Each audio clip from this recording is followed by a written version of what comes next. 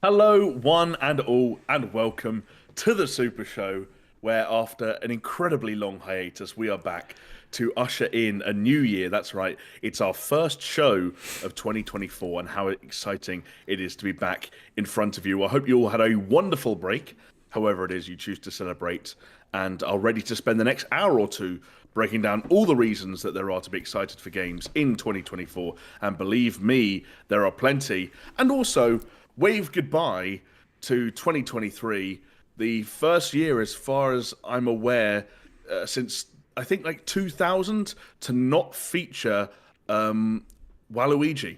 So pretty stinky, if you ask me. But more importantly than that, it's a year that my co-host thinks will not be remembered as one of the best years of video games of all time. That is, of course, Mr. Alex Jones. Defend yourself, sir. Did you not play Baldur's Gate 3? Did you not have sex with a bear? What a strange way to throw me under the bus in 2024. You know what? It was fresh in my mind. It was fresh in my mind. No, that is fair. That is something I do think. I think we talked about it briefly before the pod. I think we'll need to wait a few years, but I think on balance, I'm going to say 2023 will not make the top 5 best years for video games. Oh, and I know that is strong because some people have said that it's up there in like the top 3. I'm tempted to say it's going to be in the lower half of the tens as well. I'm saying like 8 and 9, maybe it'll be down there, but we'll find out. Somewhere out there on the internet is a person who spent 3,000 hours making a working calculator in Tears of the Kingdom, and they are weeping right now. Also, I will say, important clarification for anyone that doesn't know, he deleted the VODs, but Jonesy was one of those people that live streamed the Game Awards, and when Game of the Year didn't go to Spider-Man 2, he started openly crying. I think weeping is more accurate. I think weeping, not just sobbing, crying. Maybe? There were some sobs. No, I was rooting for a surprise final last minute entry, and Hogwarts Legacy was going to win Game of the Year. So there we go. Yeah, although I think, according to some Twitter accounts, which is about as unofficial as it gets when it comes to breaking news on a podcast, Hogwarts Legacy may have ended up being the best-selling game of the year, confirmed. I think it reached and the most searched for as well. I think it was, isn't it? Yeah, we always get that Google Trends data, and I guess that's not so surprising. But yeah, what a behemoth! What an absolute unnominated, unawarded behemoth Hogwarts Legacy ended up being. A game, Jonesy, that it's easy to forget about because it came out relatively early in 2023, and as scary as it is to say out loud, we are now cycling back to the same portions, the same season, the same quarters in 2024.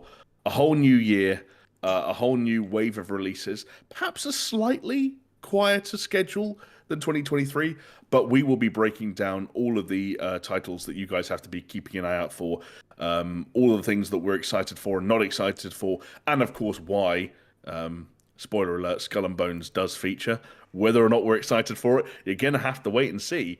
And in what I'd love to call an annual tradition, but I think we do forget most years, we're also going to be looking at some predictions that various video game analysts, games industry analysts have made across the internet, rating whether or not we think they're going to be accurate for the coming 12 months. And maybe, Jonesy, depending on how lazy or like how much the synapses are firing by that point in the podcast, we might make some predictions of our own. But it's 9:30 at night already, and I don't know who could make any guarantees at this point. Yeah, we'll have to see. At this point, I would just like to give a shout out to some of the people in chat, if that's all right, who've joined us live. So shout out to Magni, Rodrigo, to the Radio Guy Online, Classy Cat, Carabardino, Ben Smith, the Funky Penguin, not the Punky Penguin, that's very different. Neil D, Leo Dunlop, the Mushroom, Just Alexing joining us, good friend of the show. And thank you. Yeah, so thank you everybody for joining us for the first live show of the year and for giving us our 4-week hiatus. I'm just going to clarify because I think some people thought I was being serious when I said Hogwarts Legacy was my game of the year. It wasn't. That was a joke. I'm surprised it wasn't nominated for anything, but no, I didn't think it should have won game of the year. But anyway, hey, there we go. In fact, Jonesy didn't even think it should be nominated. Jonesy was campaigning heavily against Hogwarts Legacy. all year round, if I remember. I think it should have been nominated for something like family or adventure or something like. It should have been nominated for something, man. That's not what you were saying. I remember you saying in December that if there were a category for turf game of the year, then it should be nominated for that. But otherwise, you don't want to see it anywhere near Jeff Keighley and his shiny shoes. Keep it away. Your horseshoeing in trans barmaids can't fool me. Turf game. Hashtag turf game. No, we're not a politics show. Let's keep it out. Let's keep the politics out of our mouths, just like Jada Smith's name. There we go. I thought that was going somewhere very different, but you managed to keep it just about PC, and I thank you for that, Jonesy. And I will also second your welcomes to all the fine folk that have joined us in the live chat. It's very nice to see and hear so many familiar faces joining us for our new adventures in the new year. I also, until you mentioned that they were a friend of the podcast, I was very confused by your pronunciation of just Alexing, because it makes it sound like a completely different series of words. Just Alexing. Yes. I said it. I did say it weird. Just Alexing. I don't know, just Alexing seems to be more like a thing. It's like a verb. What are you doing? I'm just Alexing. Chris and I used to take the piss out of some of the way you put emphasis on words when they were in general, Pirates. How did you do it? Pirates of the Caribbean. Pirates of the. No, I didn't. That's a completely made up one. No, that was Pirates of the Caribbean. Pirates of the Caribbean. Pirates of the Caribbean. I can't remember. There was one that was a regular thing, but I really can't remember which one it was. But anyway, we'll move on. No, yes, Just Alexing is, of course, from the Just Interesting podcast fame, which is why his name is Just Alexing. And I have a question for Alex in chat right now, if he's still there. I've recently watched Fast X, and I know that he is a big Fast and Furious franchise fan. Let me know your thoughts on Fast X. I won't bore you with mine until a little bit later in the show when we quickly run down some of the stuff we've seen / done in the last couple of weeks. But there we go. I've also got a question for you from Kerry Bordino, if you'd like it. Sure, let's do it. Would you rather play Lord of the Rings Gollum, Skull Island Rise of Kong, or 100 Hours of Starfield? God, that's a good question. It's scary to think that one of those games nominated in the Game Awards. So yes, yeah, and one of those options probably done by countless people across the internet with some shades of green in their Twitter or X avatars, and maybe an appearance from like Master Chief or Marcus Phoenix or something like that, and a number of X's. I don't know, because you spoilt the hook for Starfield's New Game Plus for me prior to the Christmas break. You said I could. Let's just get that clarified. 100%, Jonesy. I asked Jonesy to spoil it for me because I knew that I was never going to finish that game, let alone finish it 36 times or something stupid. And I will concede that the hook or the conceit of going through multiple New Game Pluses sounds interesting, but 100 hours is a long, long time. And as someone who, as we'll get into shortly, kind of struggled for motivation on a lot of video game fronts over the past 4 weeks or so, I don't want to add that to the list. So honestly, I think I'd rather go for, I think probably Lord of the Rings Gollum. That felt like the bigger of the two hot messes that were kind of like, if Skull Island and Gollum were sort of the two heavy hitters in especially the licensed video game disasters of 2023, Gollum's the one that interests me kind of more. Right. I have actually played some of Lord of the Rings Gollum.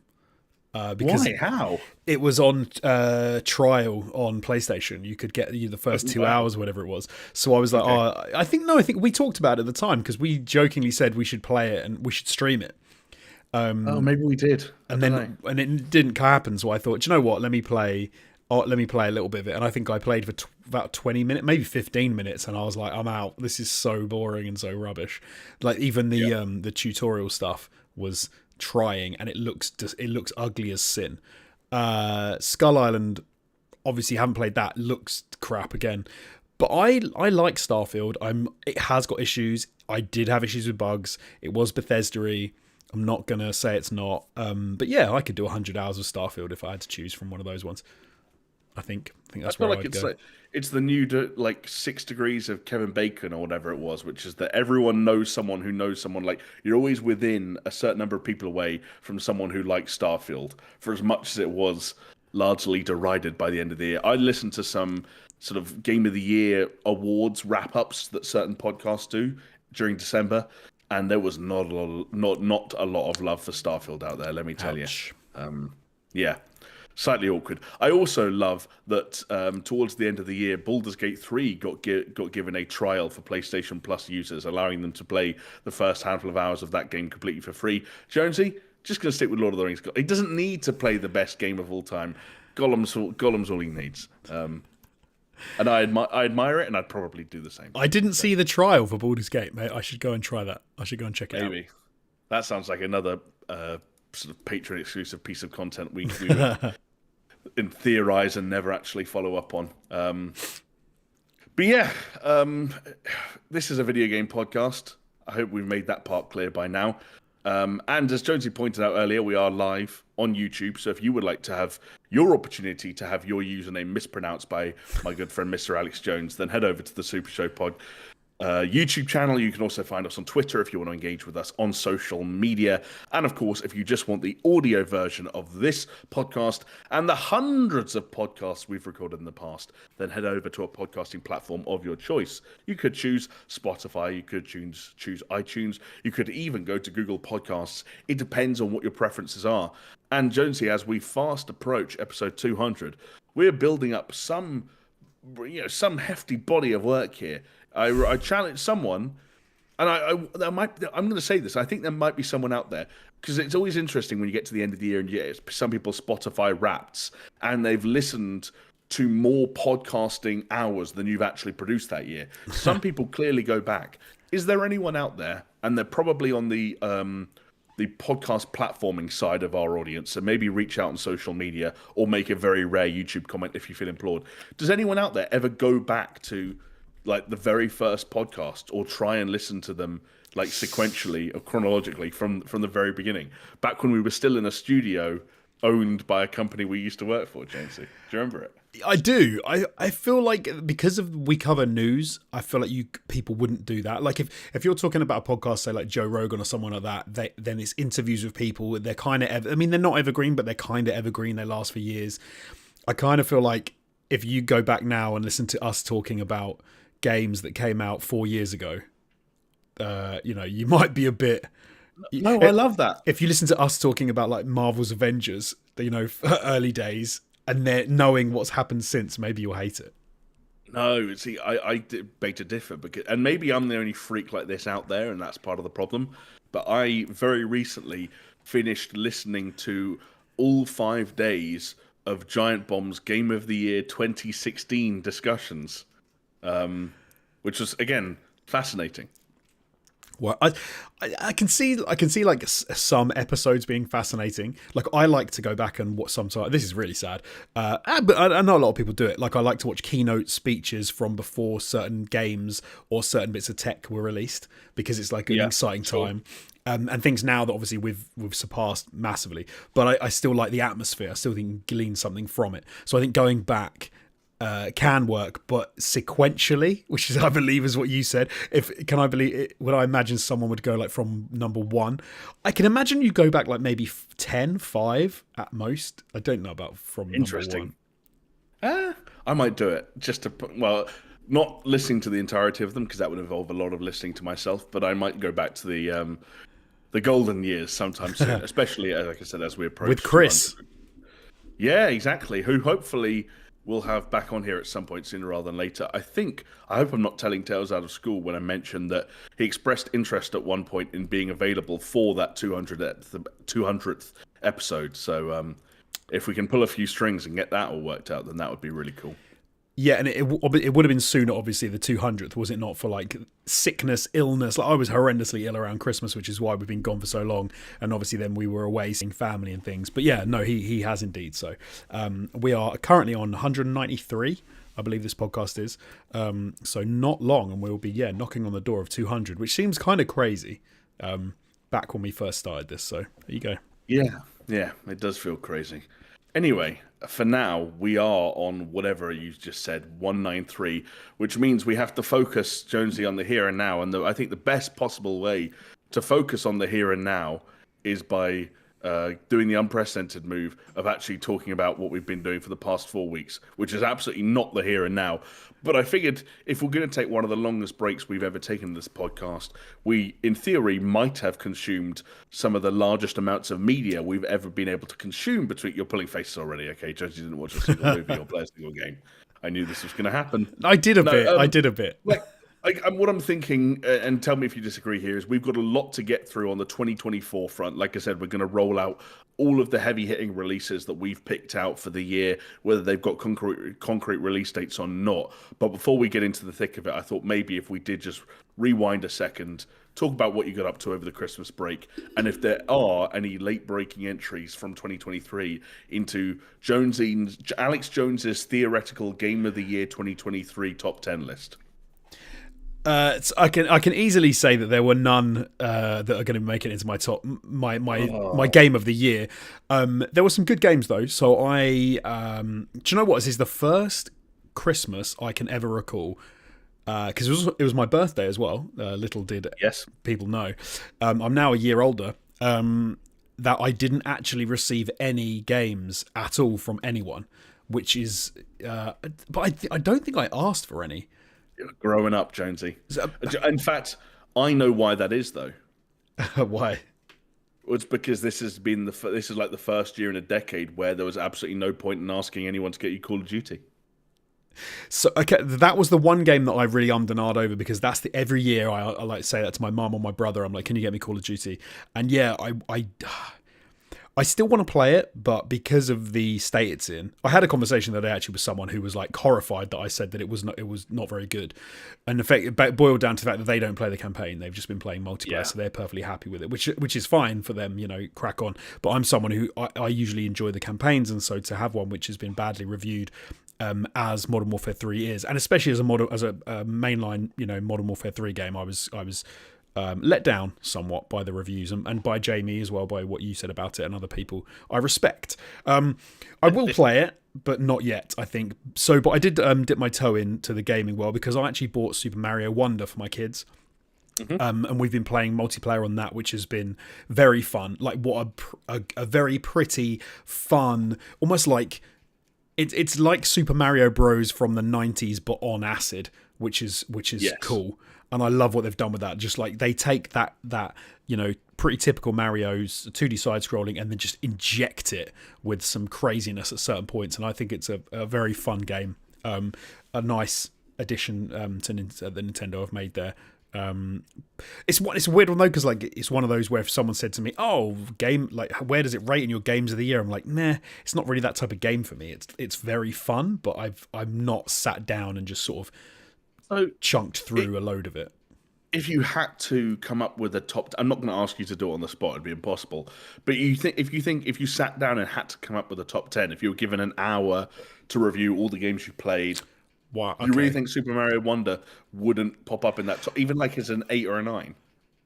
And do you know what? Actually, if I'm being honest, yeah, it probably would. It would go in my top 10 probably of the year. Like, okay. But what I mean is, I wouldn't be considering it for like it's one of my favorite games of the year. Is what I'm suggesting. No, I know it's interesting. Yeah, but no, as video games go, a very well made game, a lot of fun, really enjoyable with multiple players. Nothing bad to say about it at all. Yeah, like it would be in my top 10 for sure. Actually, thinking back on the year. But then, due to the love that you and a number of other people gave to it, I wanted to be able to sit down and play something a little bit different, a little bit of a palate cleanser. So I hopped into Dave the Diver, which I had a lot of love for. Thought was a very fun game.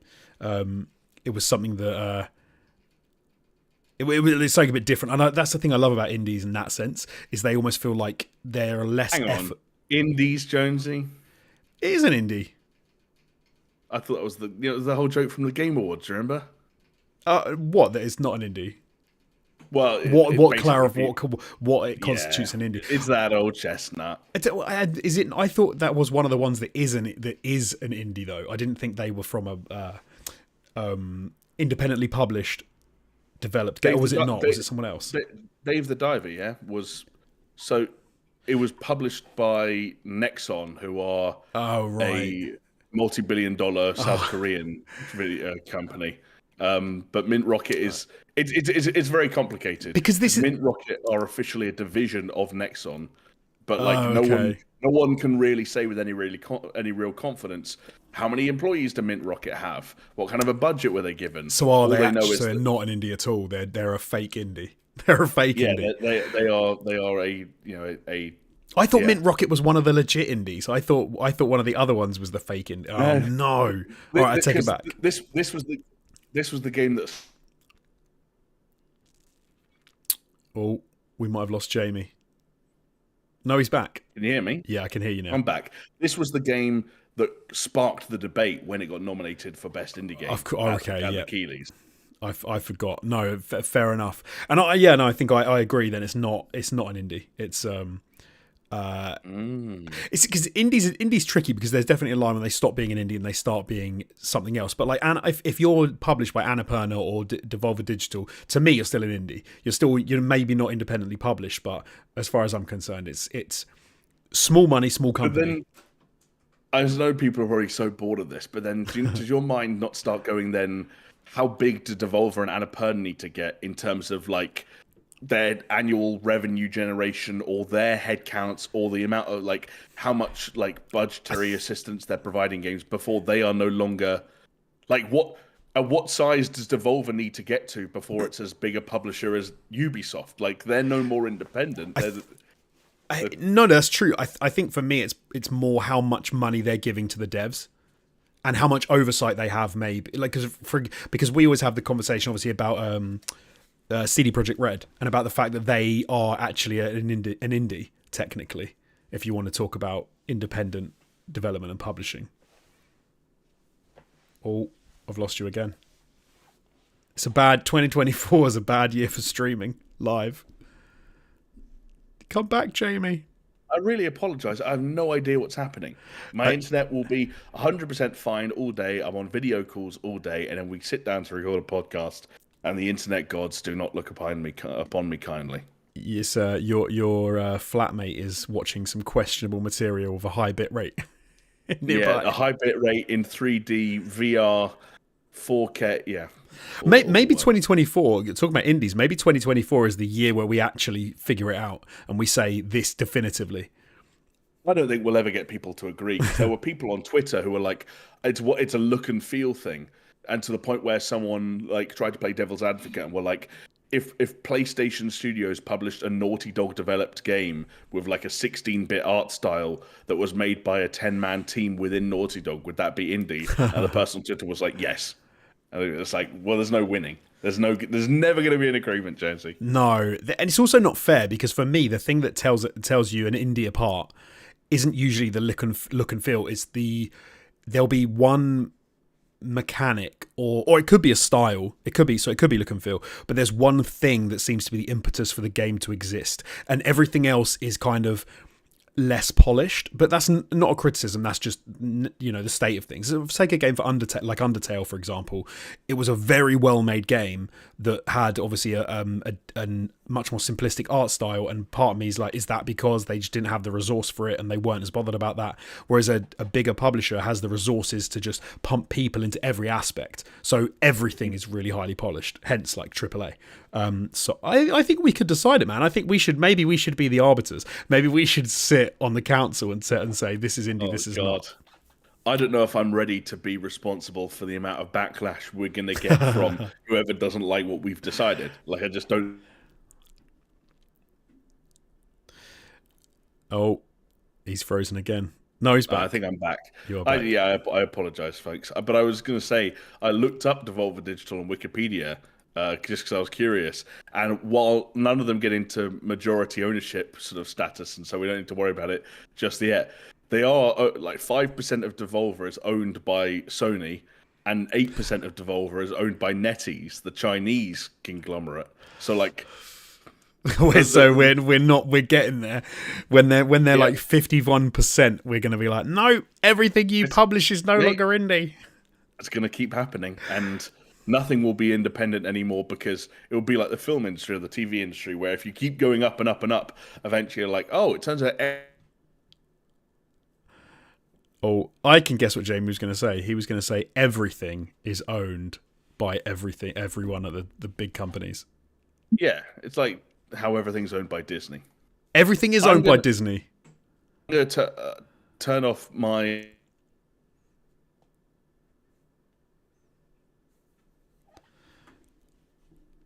See, I would question whether it's maybe my connection, but my connection is saying it's excellent at the moment, so I don't know if... The benefit that you've got is that you're the person that's beaming everything that we're saying to YouTube, and so as long as that's happening and people are in the comments talking to you, then it can't be you. If it gets that bad, we'll end up. I'll end up just having a chat with chat, and then we'll we'll get through it. But no, I'm sure it won't. All right, I'll quickly wrap up the last couple of things. Then I was going to mention. Yeah. So move away from gaming. Then I watched Rebel Moon Part 1. Oh yes, which the Zack Snyder joint. The Zack Snyder joint. I can see why some people liked it. I can also see why some people said it was not very good at all. It was a mess of a film. Hang on, sorry, just jumping in for a second. There are some people who liked it. I spoke to some people, so not as terminally online as we are, and not mired by other people's opinions so much. But people watched it and people said, "Oh no, I quite enjoyed it. I thought it was fun, for what it was." I thought it was an absolute mess for most of it.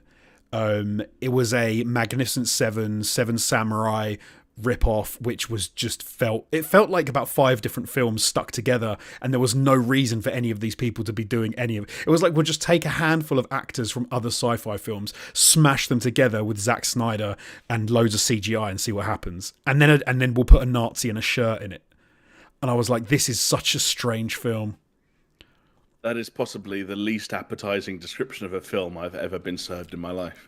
It's got very few redeeming features. However, by the time I got to the end, I was like, okay, I get what they're going for. They didn't achieve it, but maybe part 2 will be much better. It was a strange... Do you know what it felt? I'll tell you what it felt like. Actually, oh my goodness, I know exactly what it felt like. It felt like a film made by AI. That sounds like the... Okay, Jamie's popped out. Oh, but he'll be back in 1 second. No, he's still gone. So made by AI, but what I mean by made by AI is that all the scenes work, everything kind of fits in its place to some degree, but everything just feels off. Oh, you're back. Okay. Yeah. Sorry, I was just clarifying what I meant by it was made by AI. Well, I went back on the Ethernet, so we'll see if that's fixed itself in the 2 minutes that I unsuccessfully transferred over to Wi-Fi. I'll be honest, hearing that it sort of looks or sounds or feels like it was written by AI is also like one of the least interesting or exciting things you could have possibly said about a film that I wasn't going to watch anyway. So, okay, fair enough. I also, you know what else really puts me off about Rebel Moon? If I'm going to be like serious and uncynical for a second, and I don't know how you feel about this, but I want to say, if I'm not mistaken, that the version that's been released right now is kind of like the slightly edited, like PG-13 basically cut, and that there's like a slightly longer R-rated cut that is coming in a couple of months just before the second part drops. And as soon as I read that, I was like, why would I watch this one then? I heard that as well, and a lot of people were saying that it's almost like these Justice League Snyder cut. They're almost building that into it, so they're like, release one that's not as good, so they can then drop the R-rated version. So everyone then says, well, compared to the PG one, this is great. Which I was like, okay, that's a bit conspiratorial for me, but maybe it's because they I don't know why they would do that. It's weird. Yeah, I agree. It's kind of like, why would you bother? Yeah. Especially with that that slightly prolonged and more violent cut, which again sounds more appealing to me as a person who loves sucking blood out of open wounds and fleshy stumps. That releasing closer to the second part is like, well, that's perfect, because if I like it, I can then roll straight into that without having to retain all this need It is a strange thing. It is a strange thing to do, and it's a strange setup. And I'm not sure why they've done it. When you could just wait, but I think it's because that thing of we all need everything now. Now, I think that's what it is, right? Everyone needs everything now, so they're like, no, I'm gonna you give me this now, and then I'll have the thing you give me later as well. I think it's just that. If you can create more content out of one piece of media, like I guess that's why they've done it. 3 films for the price of 2. Well, as far as that maths can be applied to the Netflix model, yes, I suppose you're right. By the way, Jonesy, guess what I'm doing now, internet-wise?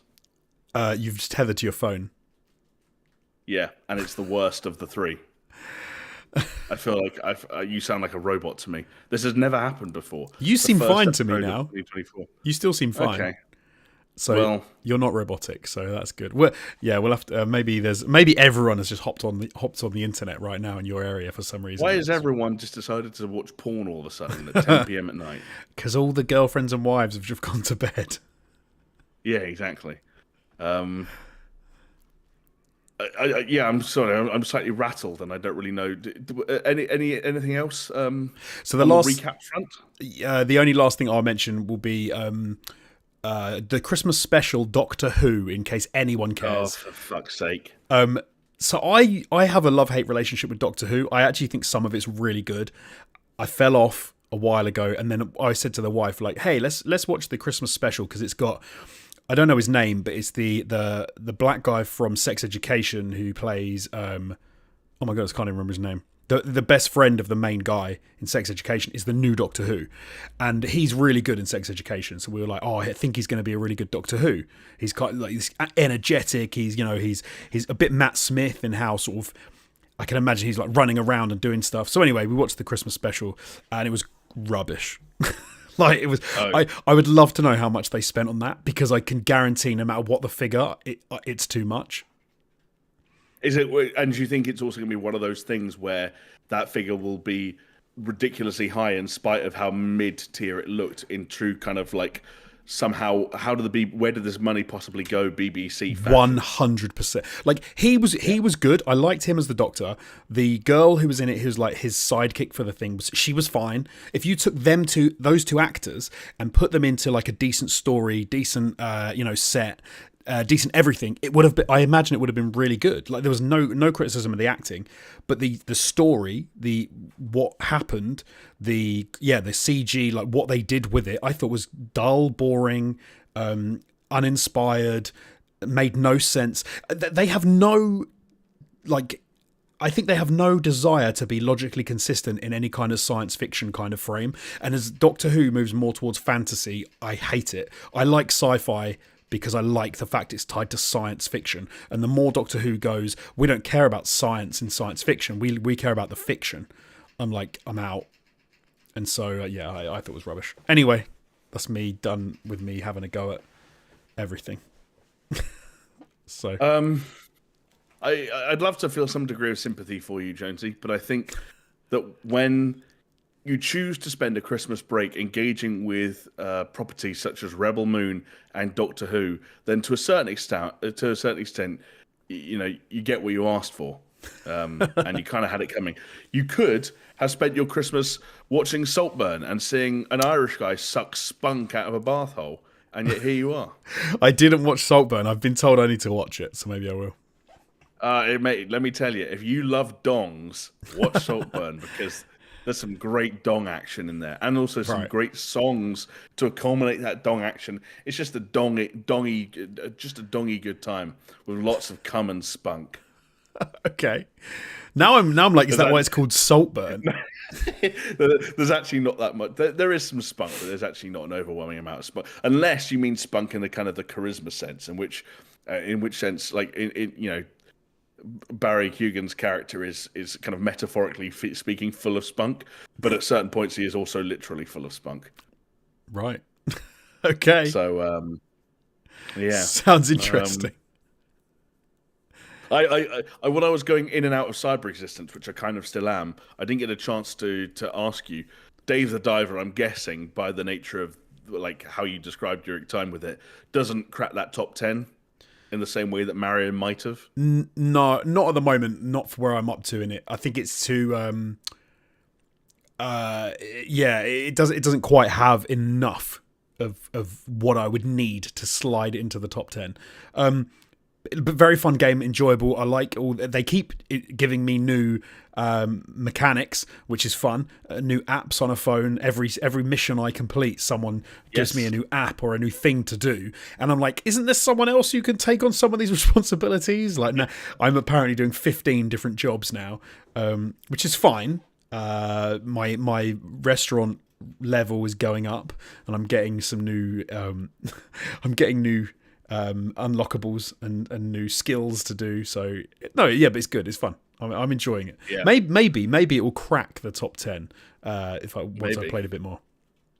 Could be a late breaker. Could be. It'll be interesting to see how you continue to enjoy that time with that game, because that is one part of it that never really slows down. You'll continue to complete days and think, oh, I'm just settling into the rhythm with this, and then some extraordinary new revelation will appear where it's like, now this person's in front of you asking you to do this, and this exists, and you're fighting that, and you're discovering this, and it's like, I thought this was about making sushi. I thought we were just making California rolls out here, but nope, no such luck. Yeah. In that case, Jonesy, shall I regale you with some tales of games that I played over the Christmas period? Yes, please. I'll be quick because obviously in 4 weeks there was a lot of them. One thing I just want to pick up from before the break that you probably can't even remember exists is that I'm well and truly won that bet. Cyberpunk 2077 and the Phantom Liberty completed nice in their work. entirety. Thank you. I had Idris cheering me on along the way. The perhaps slightly controversial thing I have to say about that experience, now that it's all said and done, is I might have enjoyed just replaying Cyberpunk more than I enjoyed Phantom Liberty. Interesting. Okay. I thought like re-experiencing both of them at the same time made some elements of the Phantom Liberty feel a little bit more condensed in a way that didn't really serve the arcs that the characters are supposed to be going on. And there were points where there were key. Put it this way: there's a point in the game, and it's not quite the climax of Phantom Liberty, but there's a point maybe at 3/4 of the way through Phantom Liberty, maybe even slightly later in the grand scheme of things, where you have to make a very important decision. And at that point in the DLC, I remember thinking, I don't know what to choose, and I don't know which side to take in this choice.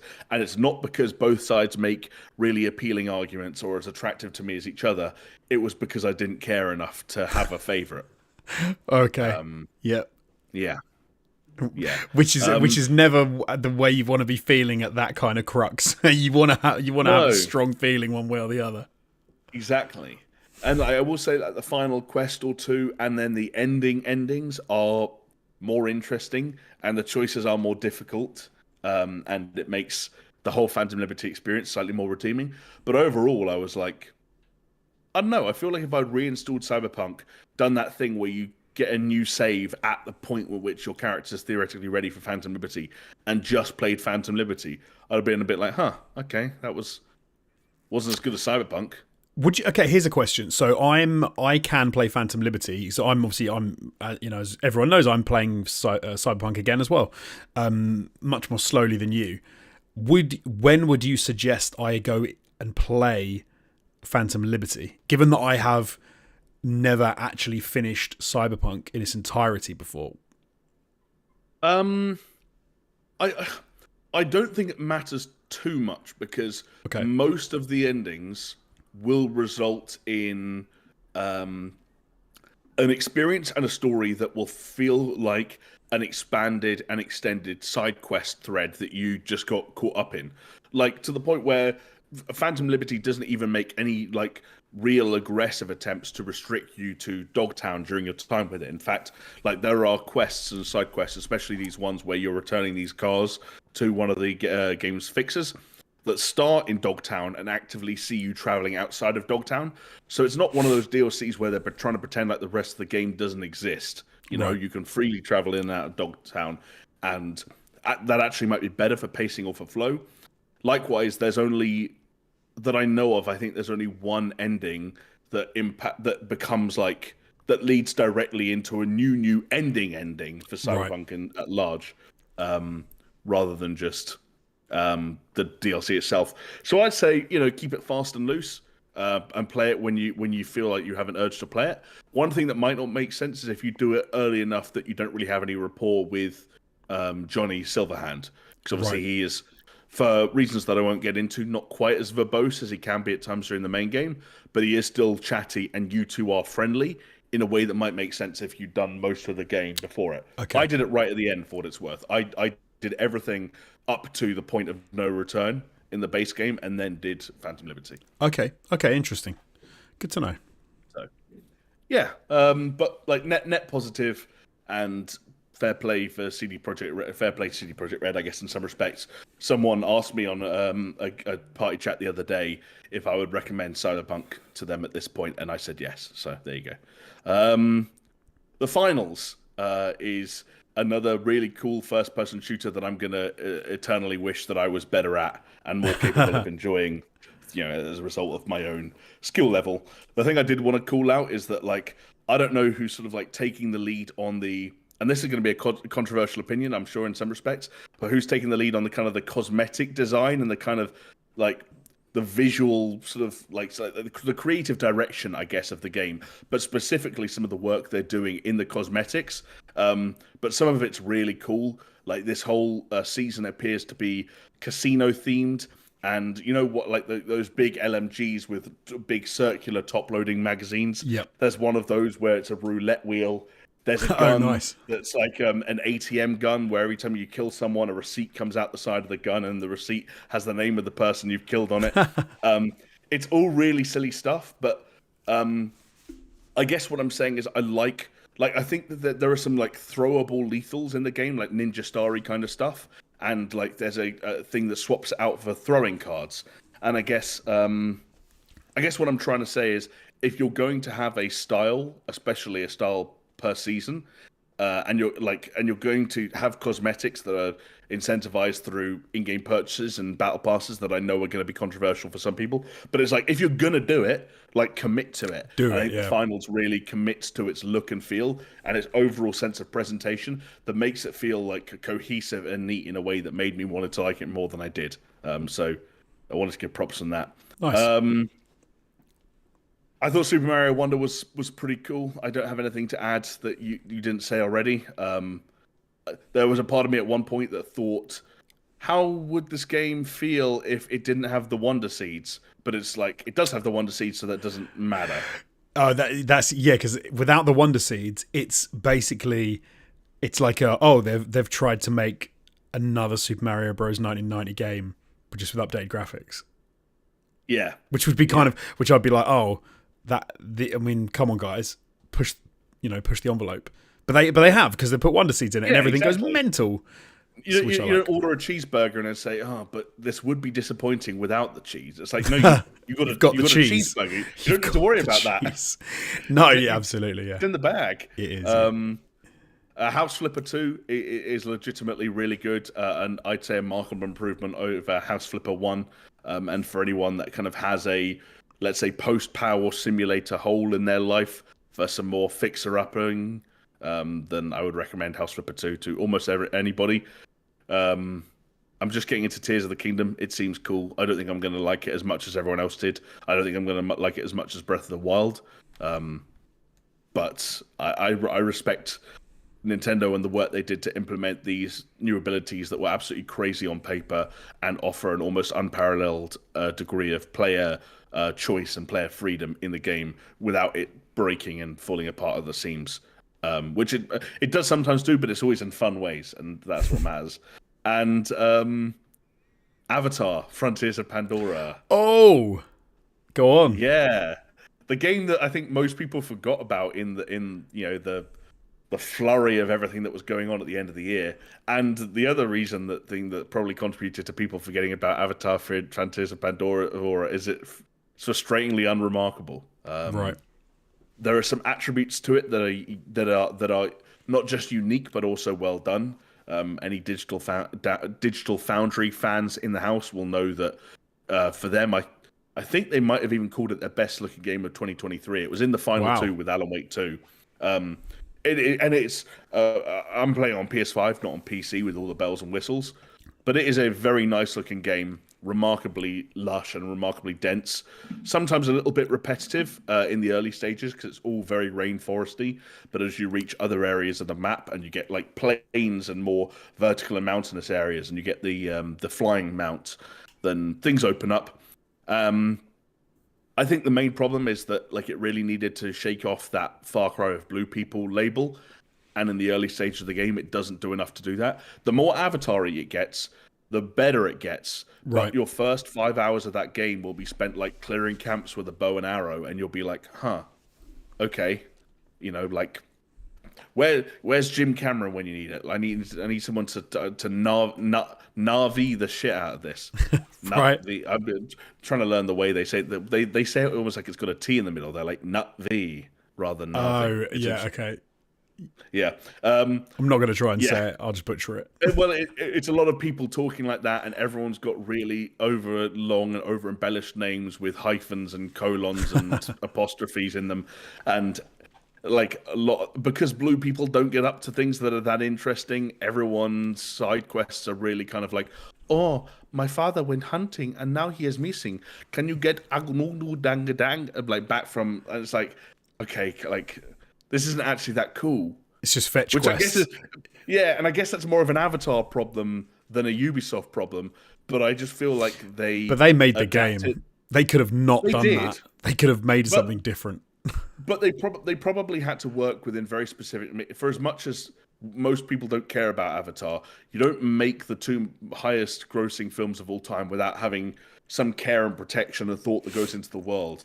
And so when you're in your scan mode and like each of the hundreds, if not thousands of kinds of flora and fauna, each have individual names and descriptions and things like that. And like there are all these animals of different species, and they're putting all this work into like you can't just hunt animals, Jonesy. You have to kill them humanely and bless their bodies when you take their resources to improve. It's like if Far Cry was the I'm gonna shoot that fucking pig in the head and take its guts out game, Avatar is I'm gonna really silently slip my knife into the weak spot of this fucked up weird rhino monster and say a prayer before I take its guts out. Can you skip that after the first time you do it?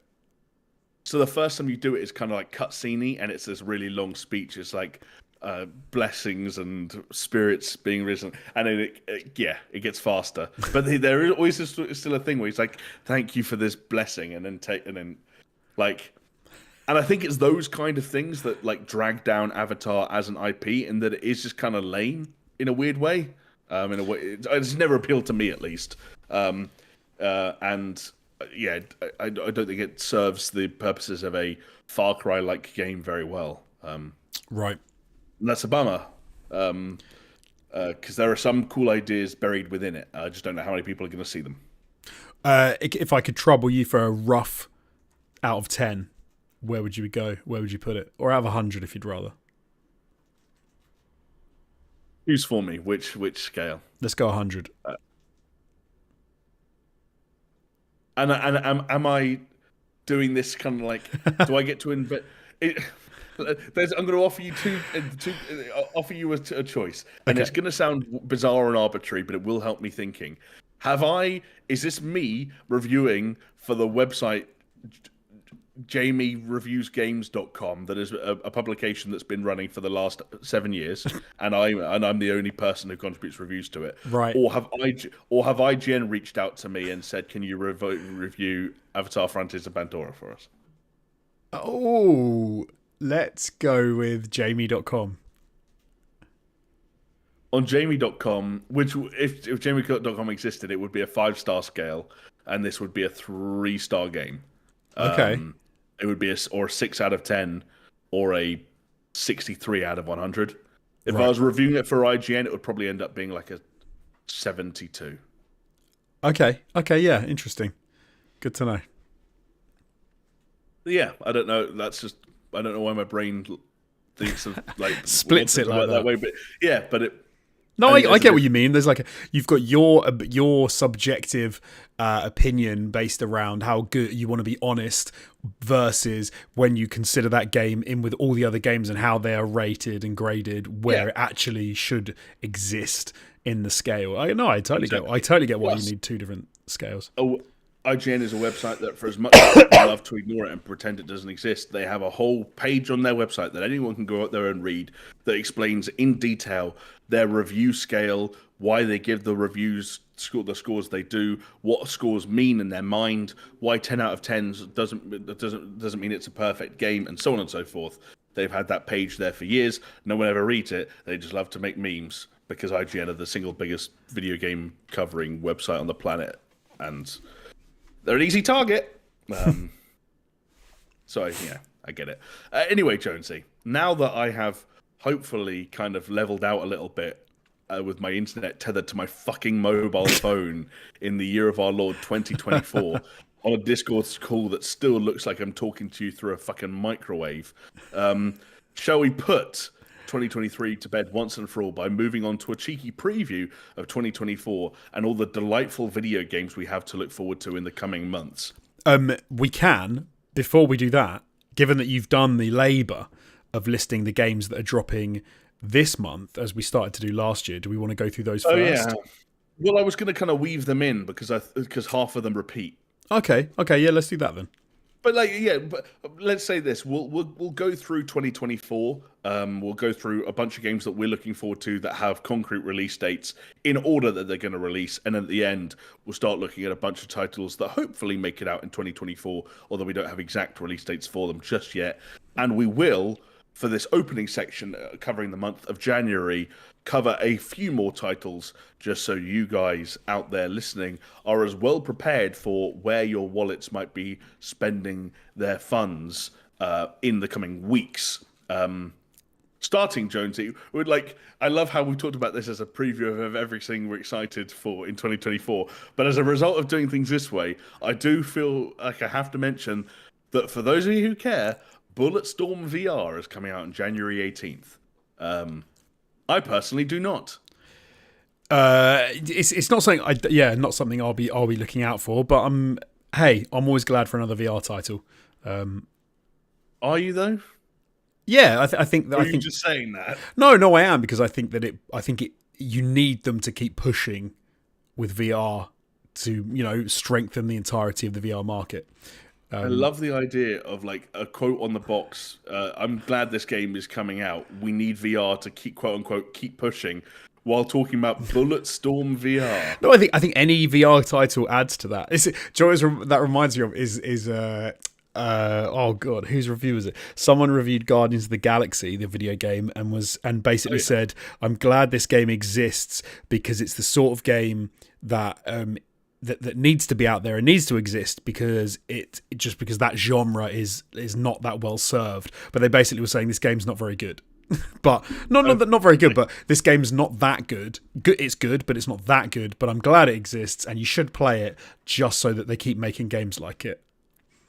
So yes, it's kind of a weird backhanded compliment. Like this isn't the one, but it's proof that the one is out there if we keep trying to find it. I think I would tell you who it was who said that. It was a Australian dude. What's his name? Skill Up. It was Skill Up who said that. And then I was surprised because I thought it was a very serviceable video game, and I'm very glad I played it. And it's free at the moment. It is on the Epic Game Store, right? Epic Game Store, indeed. Yeah, I think serviceable might even be doing it a disservice. I think that game is better than serviceable. No, that's fair. That's fair, actually. It's got some fantastic moments. Anyway, we digress. Yes, if you're not on the market for Bulletstorm VR, like Jonesy clearly is, well, I have good news for you because you can move on almost immediately, on the same day, in fact, courtesy of the return of the Prince. That's right, Prince of Persia, The Lost Crown, let's call it a reboot of the Prince of Persia series that sees it taking flight in 2D format, 2D/3D, 2.5D. January 18th, the same day as Bulletstorm VR. Jonesy, you might be the biggest OG Prince of Persia fan I know. And by OG, I don't mean OG. I mean the sequels to the OG that's not quite as the OG OG. I played the OG. I played the OG Prince of Persia when it came out as well. So this gets back to the Lost Crown gets back to much more of the OG Prince of Persia. Like we're talking, Yes. Side-scrolling platformer type style. This is not for me purely because I'm bitter about the absolute shit show that is the actual remakes from the 1, 2, and 3, which we're talking about the ones that came out in like the 2000s. And this looks fun. I'm sure some people enjoy it, but I'm still holding out hope that Ubisoft pull their fingers out and fix the travesty that is the Prince of Persia remake and actually do us, make us something that we can all enjoy. That doesn't look like a potato. It's still on the cards, right? But yeah, it feels like every time we hear about it, it's been rebooted or given to another team someone else or whatever. Yeah, exactly. But I have high hopes for the Lost Crown. I think them tackling the 2.5D formula, but also potentially some Metroidvania-inspired elements, and like looking at what the likes of Hollow Knight and Ori have done in the last couple of years and taking some of those learnings could be awesome. But if that's a little bit too scary for you and you'd like to stick with somewhat more familiar territory, then you can just play a game that you've already played once again, courtesy of The Last of Us Part 2 Remastered, which arrives just one day later on January 19th, with, of course, the ability to visit some lost levels that were cut during development, listen to some director's commentary, and, of course, play a new roguelite mode that I cannot remember the name of. No, me either. I'm glad. It was edgy, though. It was. I'm glad they've got some additional things in there for you to get your teeth into, because otherwise a remaster of Last of Us Part 2 feels kind of redundant at this point. But I think with those additional modes, it kind of opens it up a bit and it makes it a lot more exciting. But we'll have to see. Yes, and I guess the other thing to note there is that I believe for people who own the original game, either digitally or physically, and who are capable of putting the disc in their PlayStation, shout out to Mr.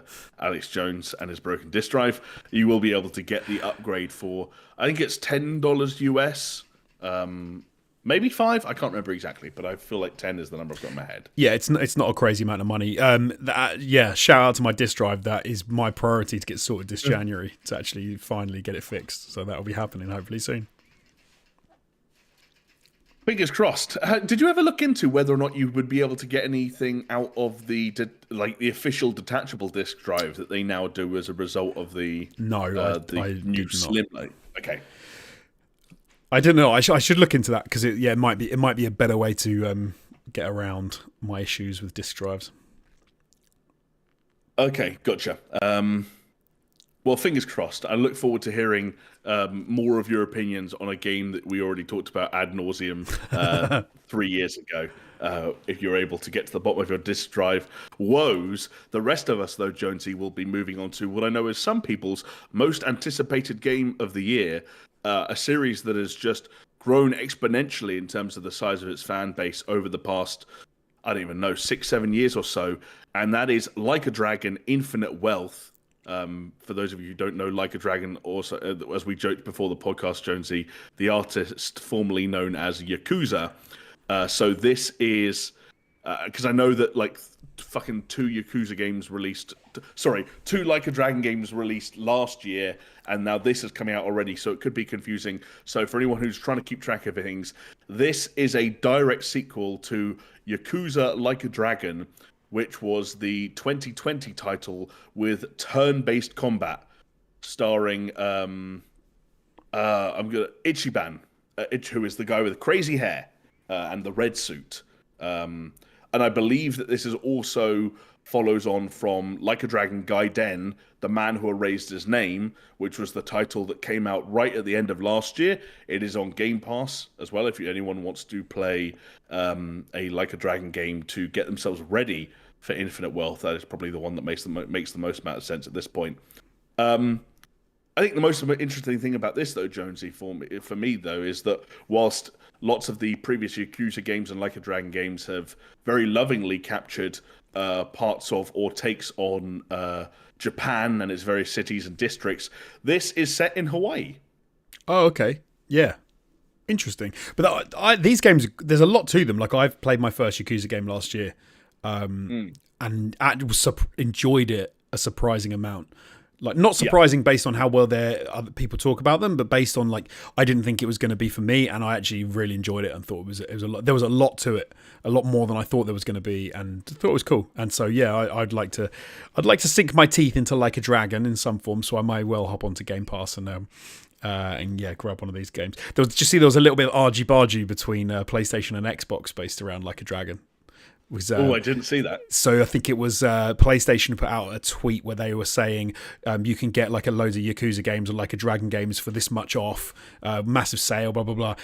And they had like a picture like that they'd put up, and then Xbox then tweeted out, you can play all these on Games Pass, and with a similar image. So yeah, a nice little back and forward between the two. They're not wrong. Clearly, I don't know what kind of deal Xbox and Sega stuck out with one another, but the rate at which Like a Dragon games and Yakuza games are coming to Game Pass is pretty impressive. Like I said, The Man Who Erased His Name, which only came out in November, I think it was, is already on there. The problem is, Jonesy, and I know some of them are like remakes and remasters of games that never made it to the West before, and so maybe they don't all count. I don't know how long you can keep going at a clip of 2 to 3 games a year while having them all simultaneously be like 20 to sometimes 40, 50, 60 hour long action games or RPGs before people get some degree of burnout. I don't think Infinite Wealth will give us the answer, but they might have to cross that bridge at some point. Yeah, if we're impressed by Insomniac's rate of putting out games, like they're getting blown out of the water by the makers of Like a Dragon. So yeah. Crazy. Yeah, the makers of Like a Dragon, Ryuga Gotoku, which of course is directly translated into English as Like a Dragon. Thank you for that. Jonesy, I'm gonna play Like a Dragon Infinite Wealth, the sequel to Yakuza Like a Dragon from Like a Dragon Studios. Just figure it out. I get so confused with their naming system that I was trying to figure out which one I wanted to play last year, and I was so lost that I had to go onto like Wikipedia and find like all the main franchise games and be like, what, and then try and match them up with what was available on my PlayStation. I was like, yeah, bizarre, so confusing. It's despicable, and they should be ashamed of themselves. What everyone should be doing, and Japanese developers have traditionally known this best, is every time you release a new game, just put a new number on it. So, for example, Jonesy, if on January 26th you were interested in releasing the 8th Tekken game, you would just call it Tekken 8. You would call it Tekken 8. And that's what they've done. Have they? They have, which is nice. Oh, okay. Are you going to play it? No, I'm not a big Tekken guy. I still want to play Street Fighter 6. So I've not jumped into that yet. So I'm hoping to pick that up relatively soon. So that'll be me and my fighting games. I won't be jumping into Tekken anytime soon. That's fair enough. And I also think you kind of like tapped into. I think one of the most interesting things about Tekken coming out is that it is kind of cool that whilst Tekken just missed out on 2023 by a month, the fact that we did get a new Street Fighter, a new Mortal Kombat, and a new Tekken all within 12 months of each other, and I'm sure plenty of other great fighting games out there as well that are slightly less known, means that the FGC has been eating good for the past year, and I'm happy for them, even if I cannot join in that feast. Yeah, shout out to Street Fighter 6. Shout out to Tekken 8. Boo to Mortal Kombat from Mortal Kombat 1. Why? Don't do it. For crying out loud. Do you know what? If I was going to buy one of them, it would be Mortal Kombat 1. I'm sorry, Jonesy. That's just the way. That's fair. It's just the name I don't like. It's like. Oh, anyway. Hang on. Yeah, let's move on. We just had the Like a Dragon conversation, and you're going to slag off Mortal Kombat 1 because I don't like when you go back, like just call it number 1 again. When you just call it like if it's just Mortal Kombat. But the problem is, I can envisage a time when we're up to Mortal Kombat 5, which is actually Mortal Kombat 15. And then it's kind of, oh, hold on, what? And then they're remaking Mortal Kombat 6, and you're like, well, hold on, that is the next game. No, but they're remaking the old 6th Mortal Kombat game. It just gets silly. But maybe there's another way to do it. Maybe it's the best option that they've got, I suppose. These things kind of get figured out as well. Like, Doom had that problem when it was, and that's why it's Doom 2016. But then they were like, we're dropping the numbers and becoming Doom Eternal. Hitman had the opposite problem where they had Hitman 2016, but because the original series used subtitles instead of numbers, it meant that the rebooted series could use numbers instead of subtitles. So you just do the opposite of what you did last time, basically. I'd be very surprised if the next game was called Mortal Kombat 2. See, I'm fine with technically. I'm fine with like what Yakuza do. So if it's called Yakuza, then you can have another word, right? So if it was Yakuza Infinite Wealth, I'd be fine with that. But when you have a multi-word name for the game, I almost feel like you should only have a one-word name for the subtitle. So it should be like a dragon, and then it should just be one word after the colon. Okay. Otherwise, it just gets too long. Like it gets crazy. It gets long. I know this is just me being names in the multiple words in the series name. You can't have multiple words in the subtitle name. Like it was like a dragon lost or like a dragon death. Then that's fine. But when they start to get these really like sentences, I just don't like it. Maybe it's from the translation. Maybe in Japanese it's much more simple and it makes sense. But when we end up getting them, they yeah. Like, what was it? Like a dragon Gaiden, the man who erased his name. Yes, that was the last one to be released. That's too much. I wonder what that was called in Japanese. If any, it doesn't appear to be prominently shown on the on their Wikipedia page. So if anyone knows, let us know. That must be actually.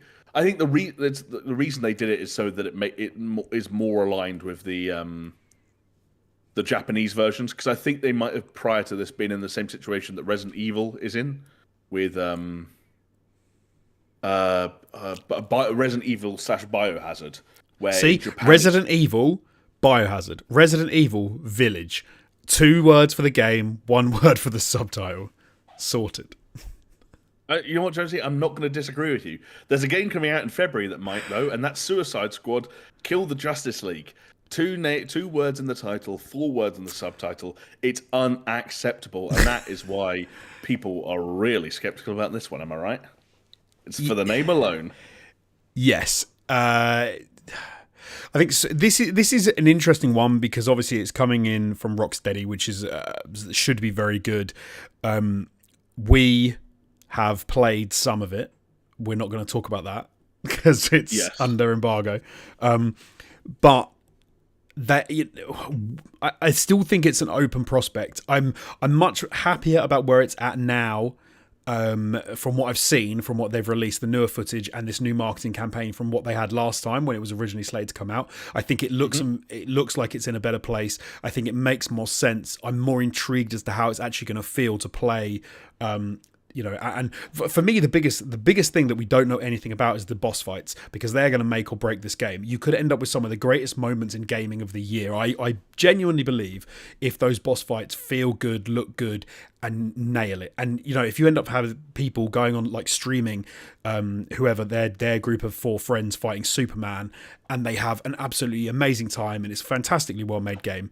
And they need that, because the second to second gameplay doesn't really do it for me, from what I've seen. Right, let me help you out there, Jonesy. The second to second gameplay wouldn't theoretically do it for you if you were in a position where you were able to talk about how you feel about the second to second. Purely going on what I've seen on clips, just based on instinct.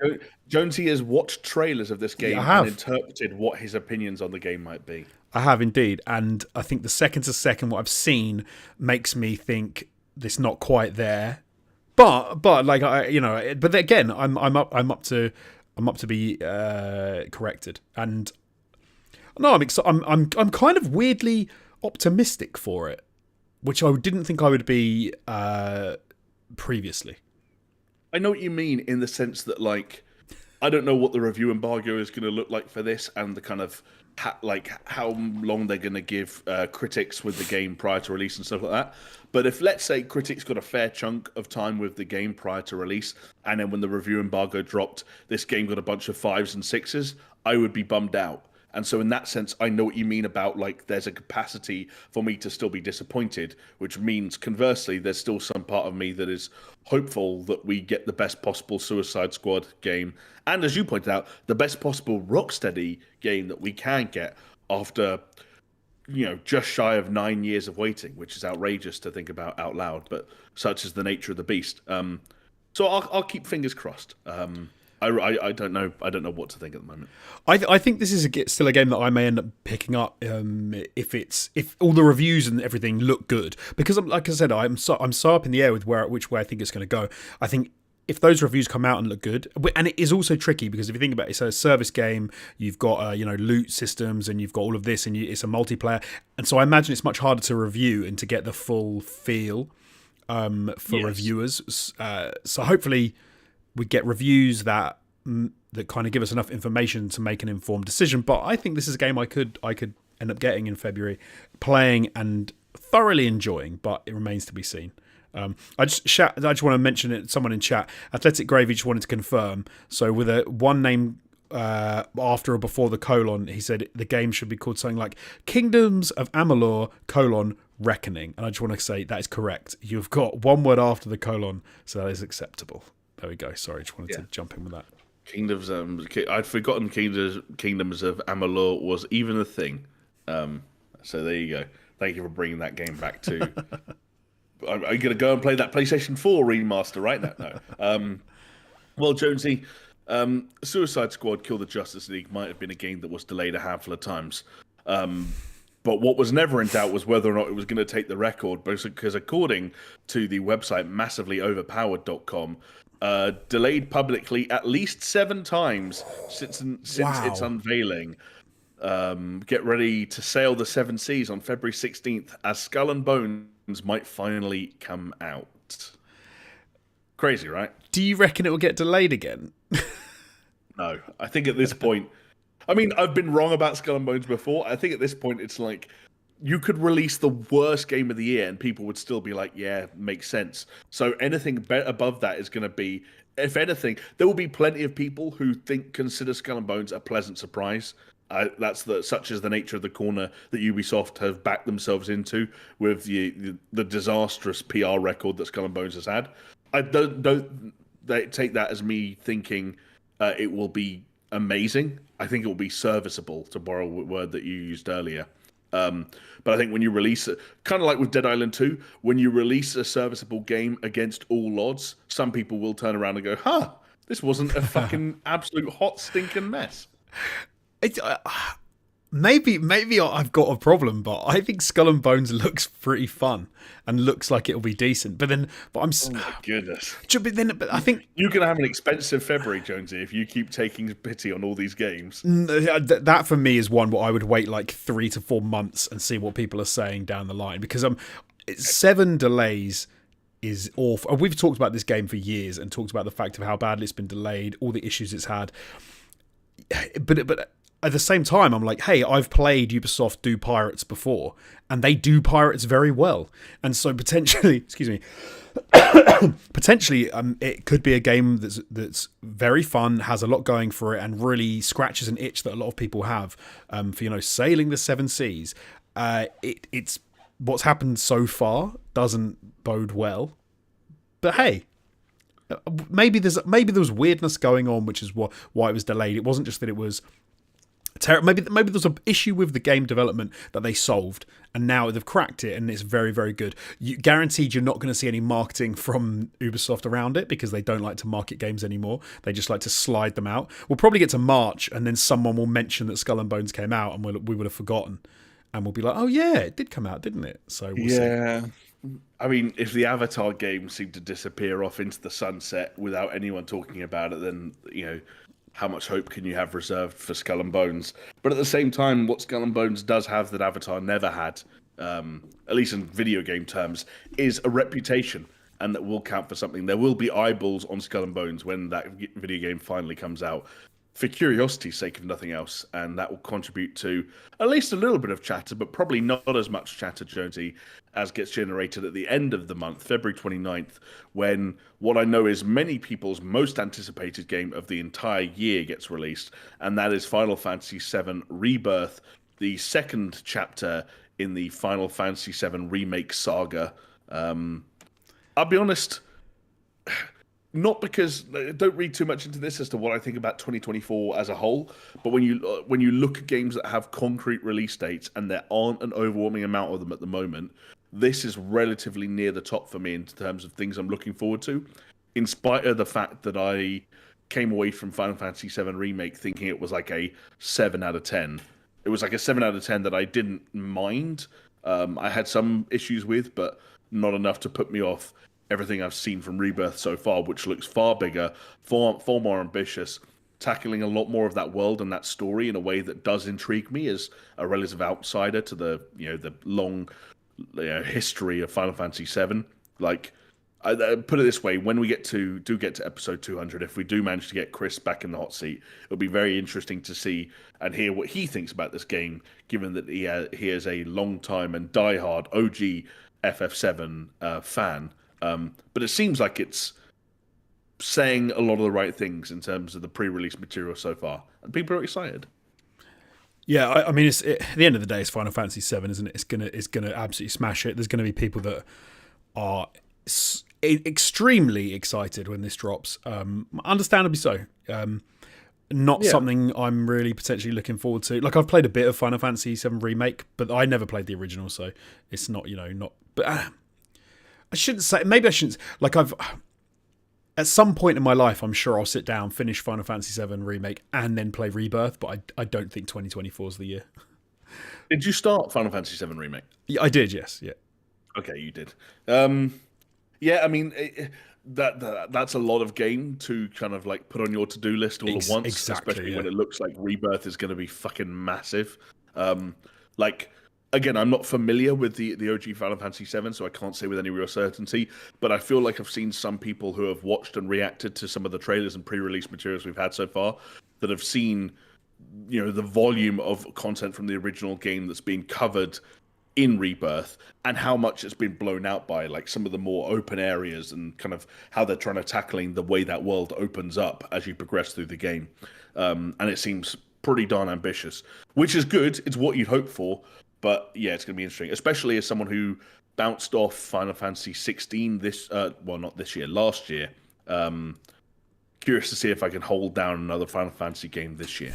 But Jonesy, I'll be honest, if we don't manage to hold things down with Final Fantasy VII Rebirth, moving into March, we are not going to be short on action role-playing games from the East, because by March 22nd, we will have a choice between the highly anticipated sequel from Capcom, Dragon's Dogma 2, and then actually, according to my sources, launching on the same day, Team Ninja's Rise of the Ronin, a PS5 exclusive. So one for all you blue heads out there. That's not actually a nickname. I'm just calling you that. Either of these two tickling your pickle? Rise of the Ronin, potentially. Okay. I think we talked about it recently because we had a trailer for it at the Game Awards. Dragon's Dogma 2, not at all. Although I'm very excited for all of the people that we have in our Discord who are excited for it. So I'm psyched for them. Yes. There are some hardcore Dragon's Dogma 2 fans out there, and I'm very glad that after years of patience, they're getting a game that they've been waiting for a long time.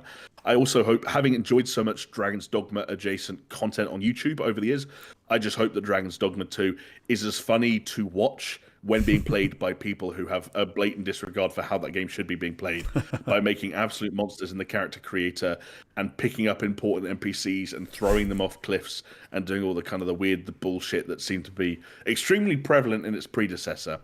But yes, I'm with you that Rise of the Ronin, I mean, ever since, I'll be honest, I've cooled on it slightly since it made that really strong opening impression in a State of Play live stream that was maybe 18 months ago at this point. I don't actually really remember. I feel like as we got closer to release and we've seen the recent trailers, as you pointed out, the game has started to look a little bit more rough around the edges, might be a bit harsh. It's looking more real. It's looking more like what you'd imagine a Team Ninja game might look like. And I know that I wasn't the biggest fan of Neo, and so I hope this is more inspired by Ghost of Tsushima than it is by their work with Neo and the obvious From Software inspirations that series took. Otherwise, this might be a bit of a tricky one for me, but we'll see. And Jonesy, if we don't manage to find an Eastern action role-playing game that tickles our fancy, that we can just play Princess Peach Showtime, which also comes out on March 22nd. We can, yeah, we can dress up as different people and just to solve little platformy things. I'll be honest, this is the only. I'm pretty sure this is the only Nintendo game I put on this list. That weird like Mario versus Donkey Kong puzzle game is coming out at some point as well, but it doesn't look like it's going to be a banger year for Nintendo Switch users. And when we get to the predictions section of this podcast, we might be able to come up with a couple of reasons why. But if it looked like there were a year that Nintendo might be cooling things down on the software front, this might be it. So that's just a forewarning to any of you redheads out there. Do you see what I did, Jonesy? I do see what you did. I like it. Now I just need to get a greenheads joke in there, but of course we all know that it would only be possible if Xbox made good game. No, I'm joking. In fact, coming in spring of 2024, we don't know exactly when, is a game that is very closely tied to the Xbox brand and has been present at a lot of their live streams and big showcases over the years. Hopefully we'll be seeing the release of Stalker 2, Heart of Chernobyl, a long-awaited return to the legendary and iconic and beloved by, I'm going to say beloved by few, but heavily beloved by few series, Stalker. Obviously, this game knocked about a little bit, Jonesy. This was one of the games that was delayed and impacted by the war in Ukraine, as the development team were slightly affected by that mess out there. But fortunately, they appear to be somewhat back on track. I think there have even been some previews and some games journalists have been able to go hands-on with the game. I don't know when in spring we might get it, but hopefully we get another hardcore, super intense first-person shooter to add to the I'm not playing that, but I'm glad people are list in 2024. Absolutely. I'm trying. Speaking of games that I'm glad people are playing, but I'm not going to be Destiny 2. The final shape is slated for June 4th after Jason Schreier's accurate predictions of a delay. And I think I'm at the point, Jonesy, where I can say publicly, I don't think I'm ever going to play Destiny 2 again. I'm somewhat surprised by that. Like, you had a period where you were solidly into Destiny 2 after playing a lot of Destiny 1. But I found that the problem with Destiny 2 for me was I sort of got to the point where it was no longer accessible. Like, I'd hopped off of it for too long, that so much had happened. I was like, I don't even know where this is at. But maybe it's taking its final shape. So maybe if there was ever a time to jump into Destiny 2 and have a final blast, maybe that is then. Yeah. The problem is with Destiny 2, and I think there's going to be a problem with the final shape as well, is the hardest thing, as you just pointed out, with any ongoing live service game, especially one with a constantly evolving meta and economy and world and quests and seasons and all these things, is re-onboarding. And every single season and every single year and every single expansion, there'll be an article or a YouTube video from someone that will say, now is the best time in history Do it now. to start playing this game again. The problem is the people who write those articles and make those videos are people who never stopped playing that game and are in no position to tell us whether or not now is actually a good time to re-onboard. I don't care if this one system that you learned at the painstaking way last year has been streamlined this year. You're forgetting that I haven't touched this video game in 4 years, and I have no idea what the fuck to do. I have no idea why I have a vault full of blue guns that are a power level 300 below what I am. What am I meant to? Where do what I does go? that even mean? Who do I talk to? Yeah. What does this mean? It is.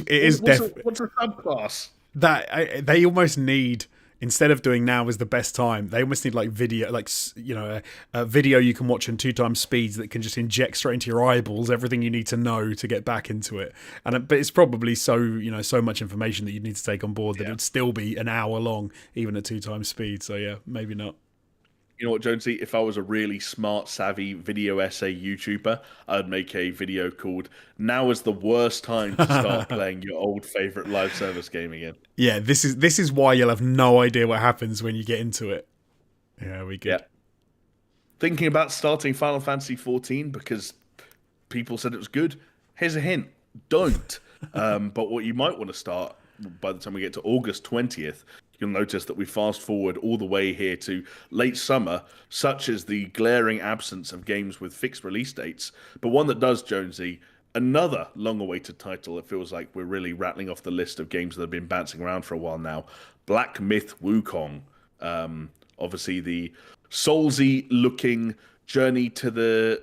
Which direction is he going? Journey to the east, west. Journey to the west. Sorry, he's in the east. I was like, Journey to the west. He's in the east, going to the west. Yeah, the game where you play as the monkey. I think, in layman's terms, yes, is finally going to come out.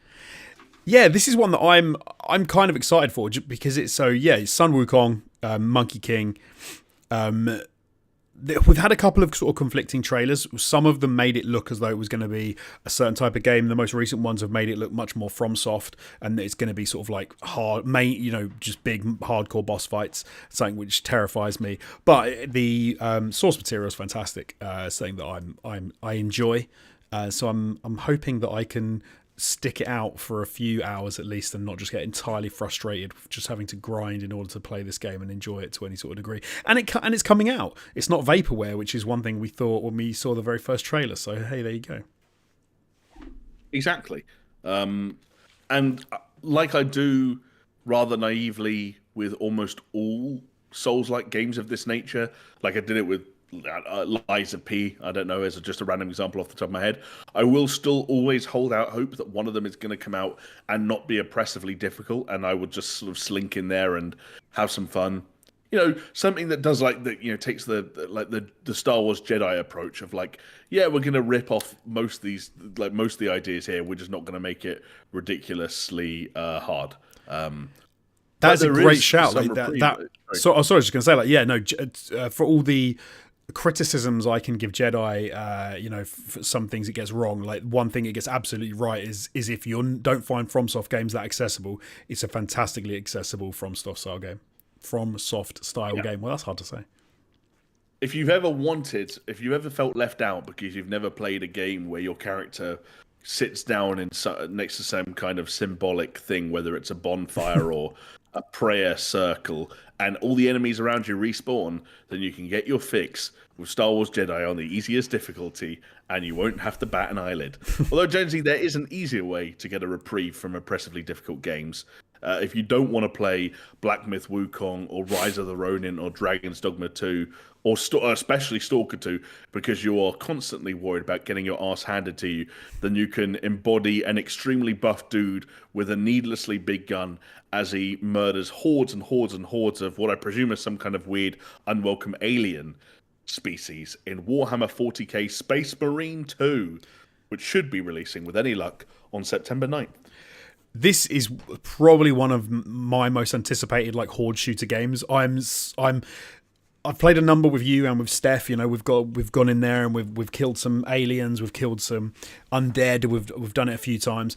This just looks epic. Like every trailer for this game just looks like it racks up to 1 million and lets you go ham on people. So yeah, looking forward to it. Can't wait. Yeah, always really cool when a game that when you're talking about the original, the predecessor in this case, was kind of like a slightly underappreciated but rock solid, almost cult hit as a result of how good it was relative to how much noise it made and how many copies it sold, being kind of resurrected and taken seriously and given a really solid treatment. Like watching some of the previews that came out last year, our Skill Ups was the one I remember. A really shiny, polished-looking Warhammer game that knows exactly what it is and is wholly embracing everything that comes with that 40k mantle and what it means to be a sequel to Space Marine. Should be really cool. And that, Jonesy, also brings an end to the list of games we're going to talk about with release dates we know for certain. But we do, of course, have a number of other games that we hope to see in 2022, whether they told us themselves in recent trailers or whether PlayStation told us in recent blog posts because they wanted to put them in a compilation video and had to convince us, we promise this is coming out in 2022. Please let us use this to hype you up for the year ahead. How do you want to tackle this? Shall I just rattle off some names and tell me if you've got any hot takes to offer? Yeah, sure. Right, we can start with a game that I'd be very worried if it didn't come out in 2022 because we've been seeing it for years. Senua's Saga, Hellblade 2, obviously showed up at the Game Awards just a handful of weeks ago, 4 weeks ago. 2022 release date, all but confirmed. It has to come out this year, doesn't it, Josie? Yes, definitely. I also think this is a contender for the Game of the Year already. Like I know maybe that's a bit of a ridiculous thing to say, but knowing its pedigree, looking at the first one, and obviously imagining they're going to ramp. Do you know what it is for me? This is like this year's Alan Wake 2, I feel. Okay, that's interesting. Yeah, I can see that. And so, I think it could definitely be up there. And it has to come out this year, surely.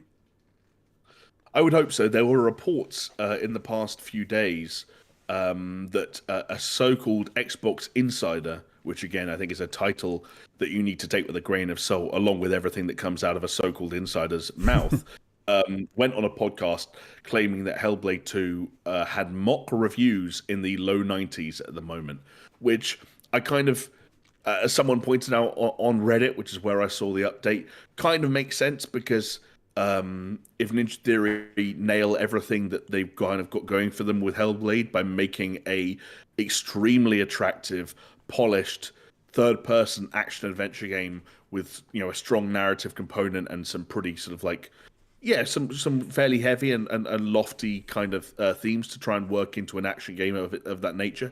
But if they pull it off as they did in the first game, then it could be really quite effective, especially if they stick with some of the really cool design choices they made to kind of enhance the nature of the kind of emotional journey that cinema was going on in that original game. Then it does seem like the kind of game that critics would theoretically eat up if it fired on all of those cylinders, Yeah, and I suppose at this point it's like it's theirs to lose rather than something they have to fight for. Like, because everything it's saying and doing, yeah, I completely agree with you, seems to be going in the right direction, seems to be making all the right noises. I think they'd have to get something pretty majorly wrong for it not to be something the critics fawn over. Absolutely. Yeah, and actually, I was about to say Ninja Theory don't get a huge amount wrong, but that depends on to what extent you're wedded to the original Devil May Cry games and whether or not you remember that name of that multiplayer-only PvP melee game that they made a couple of years ago that has now completely... Well, I'm going to have to look that up, otherwise it's going to annoy me. Does that ring a bell for you? No. It was like someone was like, what if we made Overwatch, but it was a third-person melee-focused game rather than Don't remember Overwatch. that at all. It was called Bleeding Edge. Okay. And development, active development on it lasted less than a year following release. It was not great. But Hellblade is better, and we're getting another one of those, so not to worry. But Jonesy, if that's a little bit too traditional, a little bit too mainstream for you, might I entice you with something a little more avant-garde in the form of Baby Steps, which I think, as reductive as it might be, I think is going to be heralded as it's basically going to be called the next Bennett Foddy game, and much like Getting Over It, and other things like that game that went viral earlier in the year where you just had to, what was it called, like Go Something Up, where it was just a character just jumping up all these different items that some game developer had clearly just downloaded from an asset store and placed them like vertically. I don't remember that at all. It's just called Up. No, I can't remember what it's called. Like going up, get up, up or getting up or don't remember. Going up a PC game 2023. This is the extent of my googling. What was it called? Oh, I don't know. I really hope someone in chat knows because that's going to really annoy me. It was like one of those games that streamers played for a hot minute, and I think Baby Steps may well be the same. That'll be the same. Although I will, yeah. But Bennett Foddy, far more game development pedigree than anyone attached to the game that's name escapes me. As far as I know. It looks fun for half an hour, but I think that someone's chat says Only Up. Only Up. Thank you very much. Only Up. Thank you, Athletic Gravy. Appreciate it. The game that was about ascending to the top of the universe by jumping on all these assets that, as I said, someone had clearly just downloaded from an asset store and compiled them all together, ran into numerous copyright issues, which meant they had to continue updating and patch the game to take some elements and assets out and swapping them in with other ones. Right. And I think in the end, they got, like, much like the developer of Flappy Bird did back in the day, got so overwhelmed by it all that they just took the game off of Steam and disappeared into the sunset, probably millions of dollars richer. So fair play to them. Fair play. But, yeah. I would love. I want. Does Wikipedia know how many copies are only upsold? It doesn't. But yeah. Wow, what a weird time. May of 2023. Let's get back to something a little bit more traditional then, Jonesy. Something that I think caught some people off guard, perhaps slightly, perhaps ourselves included, during not quite E3 of 2023, when Ubisoft showed us footage of a game that we knew was coming, but we didn't know exactly how cool it would look, and that was Star Wars Outlaws, which hopefully is coming around the end of the year. Yeah, I think that's going to be this year's Order 1886. Oh, don't say that. I thought you would. I thought you were pro Star Wars Outlaws. I'm pro how it looks. I think it's going to be. It's a tricky one. Like this, if it looks the way it looks and it plays the way I want it to play, it could be absolutely phenomenal. However, there's just a part of me which is like, no, this is going to look fantastic. It's going to play horribly, and it's not play horribly. Order 1886 didn't play horribly, but it's just going to feel like a very hand-holdy on rails single-player Star Wars game, and it's but how can it feel hand-holding on rails if it's an open world game? Describing it as an open world game. It depends what they mean by open world. Because you can have areas where it's like, oh, this whole area is open, and you're like, yeah, but there's only one thing to do. So whilst I can run this way, that way, over here, over there, if I've only got one thing to do, then that doesn't seem very Ubisoft though. It doesn't, but because do you know what it is? Is that this is maybe this is ridiculous.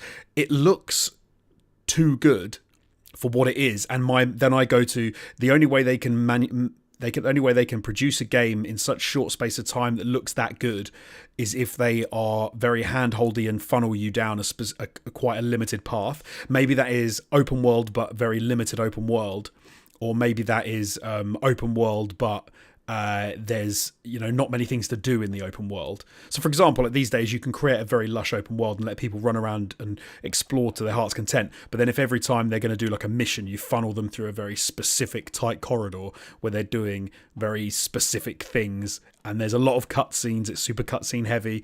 I'm like, there's a little part of me is worried it's going to be like that. So that's all I'm going to say. I'm just going to put it out there. Fair enough, but I disagree completely. I think you are. I didn't say it's going to happen. I said it's a fear. I said it's a fear. Worryingly baseless speculation, even for you, Mr. James. I'm allowed to speculate. We don't even know when it's coming out. You are allowed to speculate. Speaking of games that we don't know when they're going to come out, probably because they might never come out. Some people are stupid enough, Jonesy, to believe that Hollow Knight Silksong might come out this year. I don't know if our old pal Chris is amongst them, but I've got a feeling he is somewhere crossing his fingers right now. Are they going to get what they want this year? Is 2024 going to be the year for Hollow Knight fans? I don't see why not. Like it's not like. I don't know. This is one of those where a game that you think it's been coming for a while. It seems like it should be eminently producible, developable in the space of time they've had, and it's very well regarded, and there's a lot of people that are waiting for it. I feel like, why would you not get it out this year? I don't know. Maybe, but I think I get what you're saying, but that's been true for like the past 4 years. Exactly, which means every year surely it becomes like an order of magnitude more likely to drop. Like in some respects, I'm like, I don't know. Well, hey, I don't know. I don't know what issues the development team had, if any. I don't know if they've had any problems. I don't know. I don't know. I don't want to do my thing of saying like making game development sound easier than it really is, and being like, man, it's just a 2D platformer with a roguelite elements, just bring it out. Like, which is kind of what I want to say. Like, I don't think I'm not going to say that. I didn't say that. That was an example of someone who that's an example of something 2023 Jonesy would have said, which I'm not saying. So who knows? We'll have to wait and see. Who knows? Well, you know what? I'm gonna remain positive, and I'm gonna keep fingers crossed for all my Hollow Knight believers out there, even though I am not amongst them. Moving on, though, a couple of games, Jonesy, that if you'd have asked me this time around, the last time we went live for this podcast, whether or not they were going to see the light of day in 2024, I wouldn't have been quite so sure. But if you ask our old pal Mr. PlayStation and his favorite blog and the hype reels that he makes to promote the year of games coming, apparently these are both slated for 2024. I guess pending further disappointing revelations of delays. And that is a pair of highly anticipated remakes in the form of Metal Gear Solid Delta Snake Eater, the obviously Snake Eater remake that is being handled, I think, by Konami themselves. Like, I can't remember who they got to do the work on that one. Oh, Jamie's frozen. In the world to say, oh, am I? You're back. Am I back though? You're back. Where did you lose me? Just as you started to talk about Snake Eater. Oh no, you're frozen again. I know. Oh, I can hear you. I can hear you though. There we go. I don't. It's anyone's guess at this point. We've had a great run up to now. It's been good. I'm glad we got the body of the podcast in the bank before shit. Because if it had been this the whole time, I think we'd have had to pack it in and just try again tomorrow or something. And this could have been a famous lost episode for whoever caught it live. Yeah, that's true. Yeah, but no, we're doing it right. You're back. You're back. Snake Eater. Yeah. The only thing I said was that Snake Eater is coming out, and another classic Konami franchise is seeing the light of day once again, thanks to the Silent Hill 2 remake from the studio that still have the funnest name in video games to say out loud, Bloober Team. Bloober Team. I think these are two properties that could absolutely be fantastic this year. If you're going to have remakes, these are great games to have remakes of. I, for one, I think I'm probably looking forward to Silent Hill 2 more, purely because it feels like it's been forever since I've played a Silent Hill game, and a remake could be fantastic of Silent Hill. Great story, great thing to get your teeth into. Scary. Maybe too scary, but no, I think these are two fantastic remakes, and I think a lot of people are going to... We often say that some things shouldn't get remade, or are there too many remakes. I can't think many people are going to be unhappy about these two remakes. Yeah, I don't think anyone should be too unhappy about them happening. I hope that there's very little to be unhappy about in the way they're executed. There is always fascinating conversations to be had about how you handle these properties when you're remaking them, and how faithfully you kind of you go back and kind of pay your respects to the original. A lot of people are already looking at some of the beta, I guess, or alpha footage of the Snake Eater remake and saying that it's lost some of its charm because some of the original grade and some of the original color palette has shifted. That happened, of course, recently. There was that drama with the definitive editions of the GTA trilogy, where Netflix have now been re-releasing those games on iOS and Android, and people noticed that there's this whole new color work that's been done that's come out of nowhere and isn't present on the PC or console versions of those games. So it's like, hang on a second, why do San Andreas and Vice City especially all of a sudden look so much better when this version of it that I have on the PS5, for example, still looks like the same shit they pumped out a couple of years ago? So it's going to be interesting to see how the push and pull between the desire for a remake, but also the need for creative license for these studios to actually, have something to get excited about and to contribute to the development of these games, versus the desire for something that kind of really pays its respects to the originals. It must be a very difficult balance. I don't really envy either of them, but I'm excited for the results. Much like I'm excited for Hades 2. Which was a sequel I didn't think would happen because, I don't know. That's a studio that's never made a direct sequel before. They seem to love bouncing around to, maintaining similar art styles and working with, a similar, similar, cast members and composers, to create a body of work that is all thematically and artistically similar. But again, never made a direct sequel before. So I was slightly surprised when that was announced at last year's Game Awards, not the Game Awards just gone. But hopeful that it sees a 2024 release because, fundamentally, Hades is one of the best roguelikes of recent memory. Yeah, Hades 1 was great. And I think, obviously, doing more, bigger, changing up the protagonist. Yeah, looks fantastic. And hopefully, I can't again. Yeah, it's another game that absolutely I don't see why it wouldn't come out in 2024. So shout out to the Hades fans. Another veiled shot at the game developers and how No, long they take to make not cutesy, artsy, fartsy, 2D simple. I can make it with my arms isometric, behind my back, simple, blindfolded.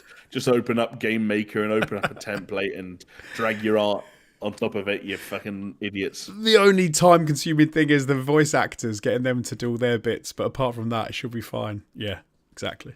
Fine.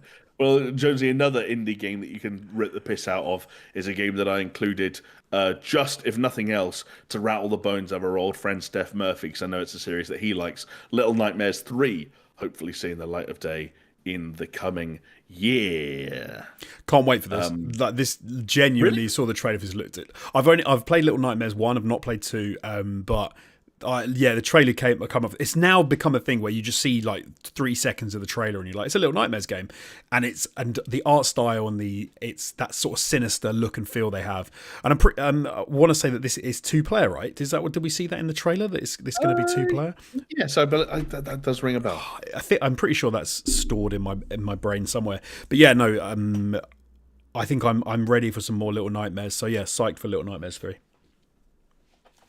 Yeah, should be a good one. Another one that again is catches people's eyes whenever it shows up, especially as it tends to show up at PlayStation's live streams and PlayStation's showcases, and that's Stellar. Oh, Lost you for a second. You're back. Did you hear me say the word Stellar Blade? No, you said Stella, but Stellar Blade. Yeah, that's the game. Stellar Blade. Stella is the person who used to live next door to my grandma. We called her Mighty Stella for some reason. There's a little bit of trivia for you, but Stellar Blade is, again, I don't know if you've been keeping count, but it's another action adventure game from the Eastern Hemisphere. Do you say Eastern Hemisphere? That's not really a hemisphere, is it? It's Hemisphere's top and bottom. Eastern side of the world relative to where I am right now. Yes. What's weird about that is if you go far enough east, obviously then the east becomes the west, and then the west becomes the east. So it's a bit weird, isn't it? Yes. Geography. Hashtag compass. Yeah. There's a little geographical riddle for all of you guys to think about and to share your thoughts and opinions on the comments down below. I know you'll be riveted to do so. Stellar Blade, on the other hand, is that game that we kept seeing at PlayStation showcases and State of Play streams with the very intense, fast-paced character action style gameplay being made by, as far as I know, a relative unknown, if not a first-time developer called Shift Up, but it is, of course, being published by PlayStation, which technically makes it one of the only kind of, I guess, first/second party, basically in a very quiet release, a very quiet year, for PlayStation, as the list we've just gone through has exemplified. Stellar Blade, one of the only things that they can really hang their hat on for the coming year. Yeah, we've said it's a bit of a quiet year this year, and it's going to be an interesting one. I don't know anything about Stellar Blade, to be honest, so it's one of the one. It's not exactly a year as a PlayStation lover we can get our teeth into, but hey ho, maybe Stellar Blade will be the one to make us all smile. Maybe. And if not, one game, Jonesy, that I know you will make you smile, even if we don't get it this year, just by seeing more of it. We won't. That's we probably won't. Because it is another it is I'm gonna wait before you can hear me again before I say the name of the game. I can hear you. You can hear me again. Yep. Okay, good. It's Replaced. Which for anyone who don't know, you might know it is the game that's not that 2.5D pixel art game with really nice lighting and pixel effects. It's not that one. It's the other one of those. It's the other one. It's the one that came out when we realised the other one was vaporware. Yeah. Yeah, and being made by like was he racist or sexist or both, or the guy who's making The Last Night did something wrong. He did do something, didn't he? Didn't he comment or just said something online and everyone went, oh, so yeah, no, that was never going to work. Apparently he is pro-Gamergate and anti-feminism. Right.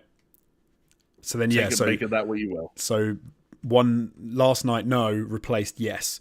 But so replace is interesting as well because the footage that we saw, like the vertical slice, when it was like, is that last night? No, it's replaced. The devs actually talked about, and we were just mentioning before the show, they talked about and said that that wasn't part of the game, as is often the case with these sort of like vertical slices. It was stuff that was produced for the specifically for a like vertical slice trailer they put out. So the game is different. It's not exactly what they showed off there, but it's still true to this 2.5D pixel art style, which is every time we see it, everyone's like, just give us a game like that. We just want that game. It doesn't have to be the last night. It doesn't have to be replaced. We just want that style, like volumetric smoke, lighting, sort of maybe detective noir-esque feel to it. Like, come on. Apparently, very hard genre of game to make. Clearly, unlike Hollow Knight Silksong, where it's just like, guys, just fucking make it. Just make it. Like, it's basically drawn. The PNGs of the character. Yeah, exactly. It's already drawn. But I do know what you mean. It's fascinating when at least two studios in this case have clearly realized that this is a very visually arresting art style. The kind of thing that you can put that trailer in the middle of a 2-hour-long series of trailers and you go, oh, what is this? And yet neither of them have been able to actually get the game out yet, which, as you said, clearly speaks to how hard it is to wrangle all these elements together and actually have a solid, fun game at the center of it all, beyond something that just looks good for the sake of looking good. With that, though, Jonesy, that about wraps up all the software that we have to look forward to in 2024. Obviously, barring any shadow drops, surprise releases, anything surprisingly being brought forward. And let's be honest, it's more often than not going to be a case of things being unsurprisingly pushed back. So I wouldn't even hang my hat on that many of those games coming out. And of course, needless to say, anyone looking forward to things such as GTA 6 or a new BioWare game and so on and so forth. Unfortunately, you're probably going to have to wait till 2025 and beyond for a lot of the big things that are still rattling around in the background of the industry. It feels like 2024 is not going to be the year, but we might be able to dissect why just a little bit, Jonesy, when we go through some predictions. But before that, any closing thoughts on software? So I think we've obviously talked about 2023, how it was a very good year for gaming. A lot of games came out. It was a very big year, and actually, I think the sort of the more limited scope for release, if I put it like that, that's 2024 is looking like, I actually don't think is a bad thing. I think it's good in some ways to have a little bit of a breather to sort of let gamers, take the foot off the pedal a little bit when it comes to how much they're actually going to have to play and get through if they like to play a lot of the new releases that year. It's I can see why some people would maybe say that it doesn't look like a particularly exciting year. There's not anything. There's not like any of the massive bangers outside. Like for some people, there absolutely are. Like Hollow Knight Silksong for some people is going to be that. Like Stalker 2 for some people will be that. Dragon's Dogma 2 will be that for some people. But it feels like there's nothing sort of crazy that the entirety of the gaming community are sort of like, wow, this is amazing, this is coming out this year. But I kind of feel like that's not a bad thing. I feel like maybe we can enjoy a calmer year with more breathers in between games, but then maybe not. Maybe by the end of the year it also would have been crazy, and there'll be a lot more releases, and it would have been foot to the pedal again. Yeah, but you just don't know. We'll see. I haven't rewatched that podcast, but I very much doubt that this time last year we sat there in January of 2023 talking about Baldur's Gate 3. Like, we didn't know at that point that it was going to reach its full release. We didn't know how well received it would be, how critically acclaimed it would be, and how that success would last through into the holiday season, where it picked up just about every major award going. Who knows what 2024's Baldur's Gate is going to be? Whether it's one of the games we just talked about or something else, completely different. The industry can keep you on your toes sometimes, which I'm looking forward to seeing. So we're going to bring an end. We're going to wrap up the podcast by going through some predictions. I pulled some predictions that various analysts made on the website gamesindustry.biz. It's a source we've used before. Some of them, as the website in question might suggest, are slightly more business oriented than we tend to be on this podcast, but we'll try and make it fun and pertinent to you guys. But before we get into those predictions, I do just want to actually quickly rewind for just a moment to give a shout out to the people who are the reason that even after a 4-week long hiatus, we were able to come back to you guys today with another podcast, another live stream, complete with internet disconnections and me getting cut off halfway through saying the name of video game titles. All the AAA production quality that you come to expect from the Super Show. None of it would be possible without the love and support from the patrons who support us over on patreon.com/Super Show. I know we say it every single episode, but that's because it remains true every single episode. A new year, a January, would be the perfect fork in the road for people like Jonesy and I to sit down and discuss all the reasons to not continue giving up one evening a week rambling about video games. And put simply, the reason that we haven't given up on it yet is because we haven't given up on you guys yet, because you continue to support us and it gives us a reason to keep going. So it seems appropriate as we enter a new year and reflect on one that's just wrapped, that we say thank you to everyone that supported us through all of 2023, whether you chipped in, $2 for 1 month to jump in the Discord and say hi, or whether you were on, the highest tiers for the entirety of 2023 and are following us into 2024.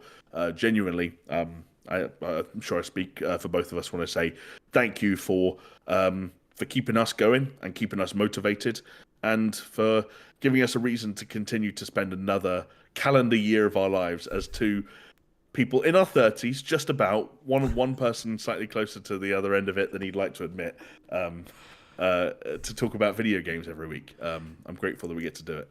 Yeah, no, it is kind of amazing and unbelievable that we've been going for this long and people have been supporting us this long. So thank you, Jamie. Very well said. Thank you to all of the patrons and everyone else who supports us as well through comments, likes, and all that good stuff. Absolutely. If you watched or listened to a single podcast in 2023 on just about any platform going, whether you engage with us or not, even if you were just a set of ears or a set of eyes, genuinely, it means a lot.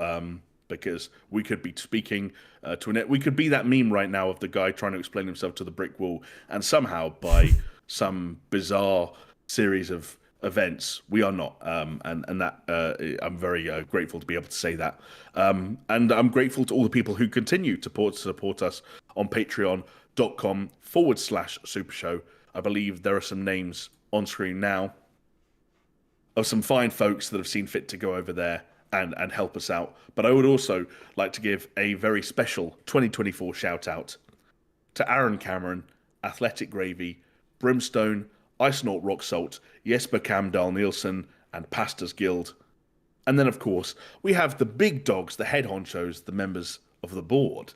Brett Z, aka Shellshock, Geometric Potter, Hacksaw Bookread, Manuel Guerrero, and Peaswad.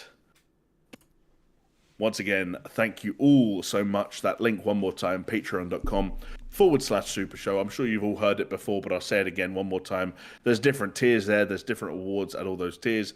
If you want to jump in the Discord, if you want to watch or listen to Patreon exclusive content, head over there. That's where you'll find all the links you need and all the info you need on what we've got available. But a huge thank you once again to all of you for keeping the dream alive. And speaking of the dream, Jonesy, I've got a dream that I told you about, some predictions that video game analysts made on the website gamesindustry.biz, and you told me whether or not you thought those predictions were accurate, and then at the end we offered some predictions of my own. How accurate is that dream going to be to what's going to happen now? I think it's really accurate, scarily accurate. Ah, spooky. Just call me Martin Luther King the way I'm dreaming things into existence. My dream's far more important than his, for what it's worth. I mean, video, it's not really a debate. Jonesy, this one. Actually, should I read out the names of the people that think these things are going to happen? Nah. Just do the prediction. It's just a great name. I just want to point out that this person is called Lisa Cosmas Hansen. Cosmas. And they're Lisa Cosmas Hansen. That's a cool name. And her team at Nico Partners. I ignored a bunch of this stuff because a lot of people in the business world are making predictions about parts of Asia and the Chinese market that we are not super equipped to discuss. But how about this to start us off? A video game acquisition with a value of over $2.5 billion will be announced. And for what it's worth, as my friend Lisa Cosmas Hansen points out, a $2.5 billion acquisition would be enough for it to enter the top 10 largest video game related mergers and acquisition deals of all time. Yeah, totally. Like, unfortunately, I think given some of the insecurity in the games industry, like the last couple of years, I think part of that is like when people getting sold and buying other companies, and not just when times aren't great, also other times as well. But I wouldn't be surprised at all if we don't. I wouldn't be surprised if we saw more than one. Yeah, I think it's possible. I think that how big they're going to be, I don't know. Like, I guess a multi-billion-dollar acquisition is definitely possible. I think if it happens, there's a chance though that it begins to involve. We're going to have to get more used to seeing companies either on the purchasing side or the purchased side that we don't actually recognize at first, especially as they come from markets that we're less familiar with or backgrounds that we're less familiar with, whether that's mobile gaming or whether that's the Chinese and South Korean markets. That stuff is going to continue to be a big deal in the coming year. Speaking of things that will be a big deal in the coming year, certainly from a consumer-facing standpoint, because we might have to start lining our wallets. 2024 will be a year of new console hardware announcements. Of course, here we're talking about a successor to the Nintendo Switch, which we maybe gestured towards when we pointed out that Princess Peach Showtime was the only Switch game to make it on our 2024 preview. And then potentially an Xbox Series refresh and a PlayStation 5 Pro, maybe. I'm going to say semi-accurate, this one. 2024 will be a year of new console hardware announcements. I don't think it will be for Xbox and PlayStation. I think it will be for Nintendo. So you think basically Switch 2, Switch successor, whatever you call it, announced this year, doesn't release this year? No. Or maybe very tail end of this year, but when it comes to, I don't think I don't think that we're going to see that with Xbox and PlayStation. I think that maybe that'll be next year that we'll see some stuff from them. Okay, I haven't really given it much thought yet. I don't know whether it's going to be this year or next year. It will be one of the two. And I think it will be in line with everything we've heard from the leaks and rumors thus far, i.e. a PlayStation 5 Pro and an Xbox Series X refresh that they don't call a Pro, and they don't pick out another arbitrary letter of the alphabet to nickname it. But hardware will continue. Hardware will dominate the conversation for the next 12 months because Nintendo, I think, are certainly ready to pull the trigger on something. And of course, there's so many install units of the Switch right now. And there's so much speculation, even as of the last week or two, that this next console might be something that's sort of like, if it went NES and then Super NES, and then if it went Game Boy and Game Boy Advance, and if it went Wii and Wii U, this is going to be the Switch, not necessarily the Switch blank by name, but you understand the trend that people think it will fall into. I was going to say, do you think is there a potential? Is that like double thing? But do you think there's a potential that it's completely different? So they went like Wii, then Switch, or Wii U, then Switch. Do you think there's a potential that they go completely left field? No, and I think the reason being is that like the joke with Nintendo and there have been consoles that haven't always adhered to this. Is that like when they made traditional consoles like the GameCube or the N64, like they haven't always worked, and when they've made gimmicks, they've moved on from that. Like they haven't been able to find a way to kind of continue revitalizing them in such a way that can keep them popular. But I think that they were right in the transition from the Wii to the Wii U, in that like motion controlled games weren't going to continue to run the market. I think there was a limit to that. And I think that they were right in recognizing that they were bumping up against that limit. They wondered what the future was going to be. They saw what was happening to the tablet market at the time, and they went in that direction, and it didn't work out. It could have worked out, but the Wii U had a lot of other problems. I think that the hybrid market, especially the sort of handheld first, TV mode second hybrid market, is still so massive. There's still so much demand for it, and it's still so untapped, even as, Steam Decks and Asus and MSI and all these companies chip in with their own handhelds, there's still only one Switch until there's a second Switch, I guess. And so I think they're going to continue to operate in that market and have complete control of that market, more or less. Okay, I'm gonna go. I'm gonna go wacky and say a potential for a successor to like the Switch Lite, Yeah. but then a Switch that has no screen. That is No screen. no screen. That, So it's but just a console. yes, but a bit in a weird way. So you effectively can the idea being you take this console with 4 attachable controllers anywhere you go, and you put it into any screen, and you use the screen. There's something weird like that. This is, I'm just trying to make up something crazy, but that I imagine they could do. But I do admire the inventiveness. It's exactly what a segment like on a podcast. It's got like a button on it. It's not even wired. You don't even have to actually connect it in. You just push a button on it, and it takes over like the screen nearby, and just like starts playing the Switch. In the same way, like you can do like a Chromecast and like exactly. send your video signal to any. Okay, so it's. I mean, it sounds a bit like it sounds high tech in a direction that Nintendo don't usually go, but again, completely missing the point of like why their previous USP had connected with players is also a very Nintendo-like move. And so the idea that they're going to completely drop the ball and miss the point of why the Switch worked as well as it did, again, if history has taught us anything, it's believable. I fucking hope it's not like a Chromecast style device, but Jesus, you've scared me now. Let's move on to something.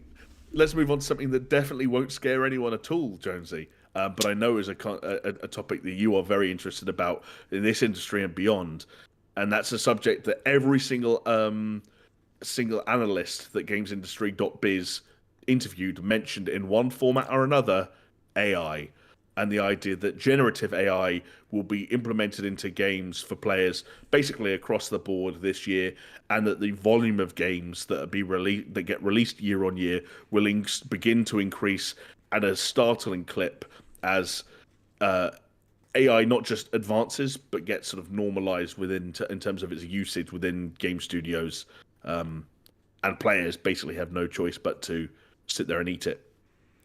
100%. Like, yeah, no, it's hard to deny. Yeah, absolutely. And I think the irony is going to be that at the beginning it might not be great, and it might be, where if they're utilizing AI generated voice as well, which I think is going to be very obviously like voice generated, and we'll all be saying, please bring back the voice actors, like we're really missing something. But I think when you have NPCs which can respond in real time to things your characters are doing, I think people are going to absolutely love it. I think RPGs is one of the things that will revolutionize, because rather than and all the memes of the repetitive voice bits of dialogue that are just like repeated again and again and again, it'll just be a thing of the past. And within sort of 5 years, I think it'll be a case of like no one even remembers it. It'll be nostalgia to be like, oh, remember when you used to hear a line more than once, and it'll be gone.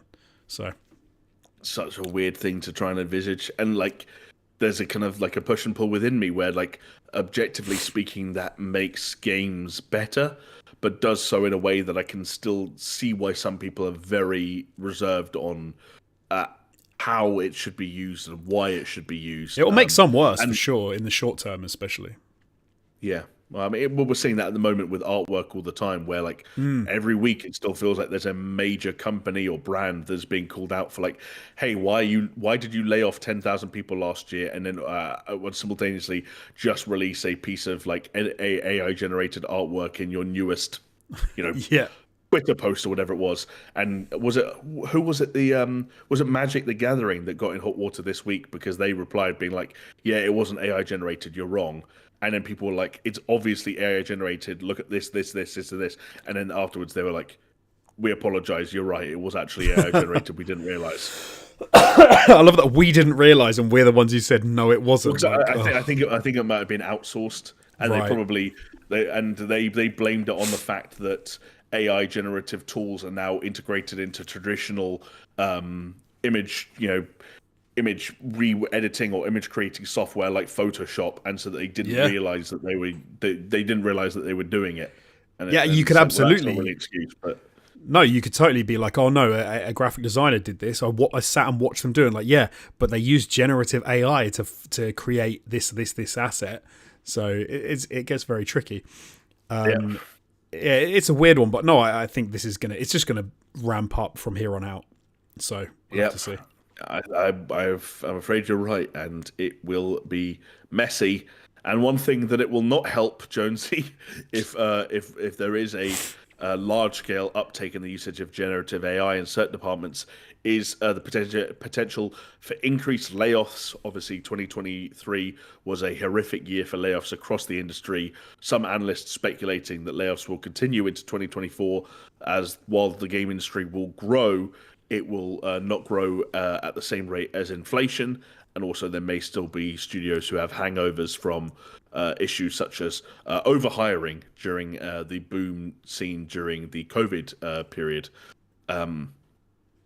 Tough one to talk about because it, if you do think it's going to happen, it's not a pretty subject to have to discuss. But do you Given think it's going to be a given last year, it's hard to see that it won't carry on. Like yeah? last year was a good year for games, but it was also like I think there's so many more games coming out now, and there's the industry so much bigger that in some respects it seems like unfortunate that it is going to happen. It's going to keep happening. I can't see that anything changed last year that's going to have stopped that. Unfortunately, and as we just said, AI is just going to make it worse as companies start to say, "Hey, an AI can code this for me. Hey, an AI can develop this for me. Hey, an AI can produce these assets for me and these models." It's excuse me. I think it's going to exacerbate the issue for sure. Exactly. And another situation that might be exacerbated by exactly what you're talking about is the idea, or the prediction rather, that non-game companies will deepen their involvement with games. The idea that, as you said, the industry is expanding, more people are interested in video games. The industry still has, and rightly so, the reputation for generating a lot of revenue. As the barriers to entry continue to lower, and we see traditional film and TV focused companies like Netflix get more interested in games. You have Elon out there talking about how he wants people to stream games directly to X as a platform. Lots of talk around other companies in video, sports, music, social media, as well as fashion and e-commerce, looking to games as a way of deepening engagement, and also building up IP through certain strategic partnerships. How big a talking point do you think that's going to be? It seems inevitable it's going to happen. I guess, do you think it will be a talking point in 2024, or something that we just start to see the rumblings of? I'm going to say rumblings of, like you're seeing Yeah. it already. As you've said, you're also starting to see more people talk about ideas like everywhere, or like actually creating the world from Ready Player One and having these hub worlds. So it's almost like it's almost like gaming adjacent, because you can have these social hubs where people are getting together. So I suppose it's a coming together of social media, video games, the metaverse, and as all this stuff starts to come together, I think gaming obviously is the, again, like the crux of it, because at the end of the day you still need an avatar, you still need mechanics and all of that. I think that's going to grow, but I'm with you. I think rumblings this year. I don't think it's going to be like a massive year for it. Netflix will probably be the biggest one because they've already started and they're doing well and they're getting some traction. But yeah, no, it'll be an interesting year because I think it will give us a good idea for the next 3 to 5 years off the back of this year. But I don't think this year will be particularly big. Yes, I agree. Although it is interesting to hear you mention everywhere there. Obviously, one of the many games out there with very ambitious live service plans, and in some cases even going beyond the realms of the traditional live service game. But there is at least one analyst out there, Jonesy, predicting the end of live service domination and market saturation. And to give a bit more context here, I can read what they say. Live services will continue to be massively successful and dominate top played and grossing charts, undoubtedly.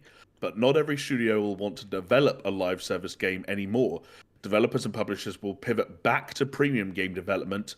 Oversaturation in the PC and console markets is evident with a handful of titles monopolizing playtime. 60% of playtime is eaten up by 19 games, and 75% by the top 33 games by playtime. Obviously, one of the things that's happened in the 4 weeks that we've been away is Naughty Dog went out there and confirmed that The Last of Us Online, whatever you wanted to call it, is officially dead. They put out a very interesting statement that obviously we couldn't comb through at the time as we didn't have a podcast that week, but they essentially put out a statement. I don't know if you read it. I don't know if you read it, rather, but they said that they felt like they'd reached a fork in the road where they were looking at the amount of time and resources they'd have to commit to that project and said, we felt like we've got a decision to make. Are we about to become a live service studio or not? And they decided they didn't want to be one. And they have essentially reverted back to their more traditional AAA premium title, game plan. And that game is completely dead. Do you think we're going to see more of that? More companies that maybe were heading in a live service direction say, we can't compete with that playtime that I just outlined there, and we're going to go back to the premium game development focus and try and sell games for $60 again? I hope so. I hope so. Okay. I think it's too. It's funny because I think live service. Excuse me. I got a bit of a cough. Live service, I think, is probably one of the things that gets pushed by the money men to be like, these people are doing this. We need to do this. Look how much money they're making. I think there's now enough data points to show, look how much money they lost. There's enough companies that have lost a crap ton of money attempting to do this. And we've had games that have only been live services for they're supposed to be 10 years, 20 years, and they've existed for a year, and then the servers have been shut down, and it's like, no, it's dead in the water. I think the idea that, it was kind of like with battle royales. Everyone thought they could make a battle royale style game. Everyone thinks they can do this. Everyone thinks they can do that. And some companies can't. Some it won't work. I think that some of those big companies, like you said, Naughty Dog, are just going to turn around and go, you could potentially make billions of dollars, but you could also potentially you're more likely to lose it. Why don't we stick to what we know, stick to what we're good at? And so, I hope there's a reduction in it and that more people don't do it, because I think they thought it was easy money making, and they've been shown that's not true. So yes. Exactly as we outlined there. It's just too hard. It's like beginning life as a streamer now, and then you're reminded that the percentage of people who stream on Twitch who earn above minimum wage is like 0.1%, and you go, actually the numbers don't quite work out in my favor. And of course, for a lot of people, starting Twitch streaming doesn't cost anything but time. Developing a massive live service video game costs a lot more than just time. It costs time and money. Two very valuable resources, Jonesy, as it turns out. So it might lead to some people in the live service game looking for other routes to try and draw people back into games that are maybe losing audience, or to try and, tickle people's fancy. And one word that's flying around a lot when people look at how some games and companies might look to do that is nostalgia, and leveraging nostalgia within a live service framework to try and draw people back, people looking at the likes of World of Warcraft Classic, and of course the phenomenally successful return of the OG map in Fortnite. Do you think we begin to see people go back down that road where there's old school RuneScape, Warzone constantly swarmed by rumors that they're going to bring back Verdansk, the original Warzone map, at some point. There'll be some of it. There'll be some of it, but I don't think it's going to be. But not like a 24 defining trend. No, I don't think so. I think we'll see more new stuff than we will old stuff. Yeah, fair enough. And then speaking of new stuff that ties directly into old stuff, what you do sometimes see in any given year is the massive successes of 2 to 3 years ago beginning to be felt in the games industry now, as games that were rushed into development at the time finally start to rear their heads. Of course, in the early stages of 2022, we experienced the earth-shattering success of Elden Ring. Some analysts speculating that some companies would have seen Elden Ring and say, hey, green light an open-world Souls game right now, which is going to result in a flood of open-world Souls games releasing in 2024 and beyond. Do you think that this will be the year that we see, rather than the Souls-like, the Rings-like take hold?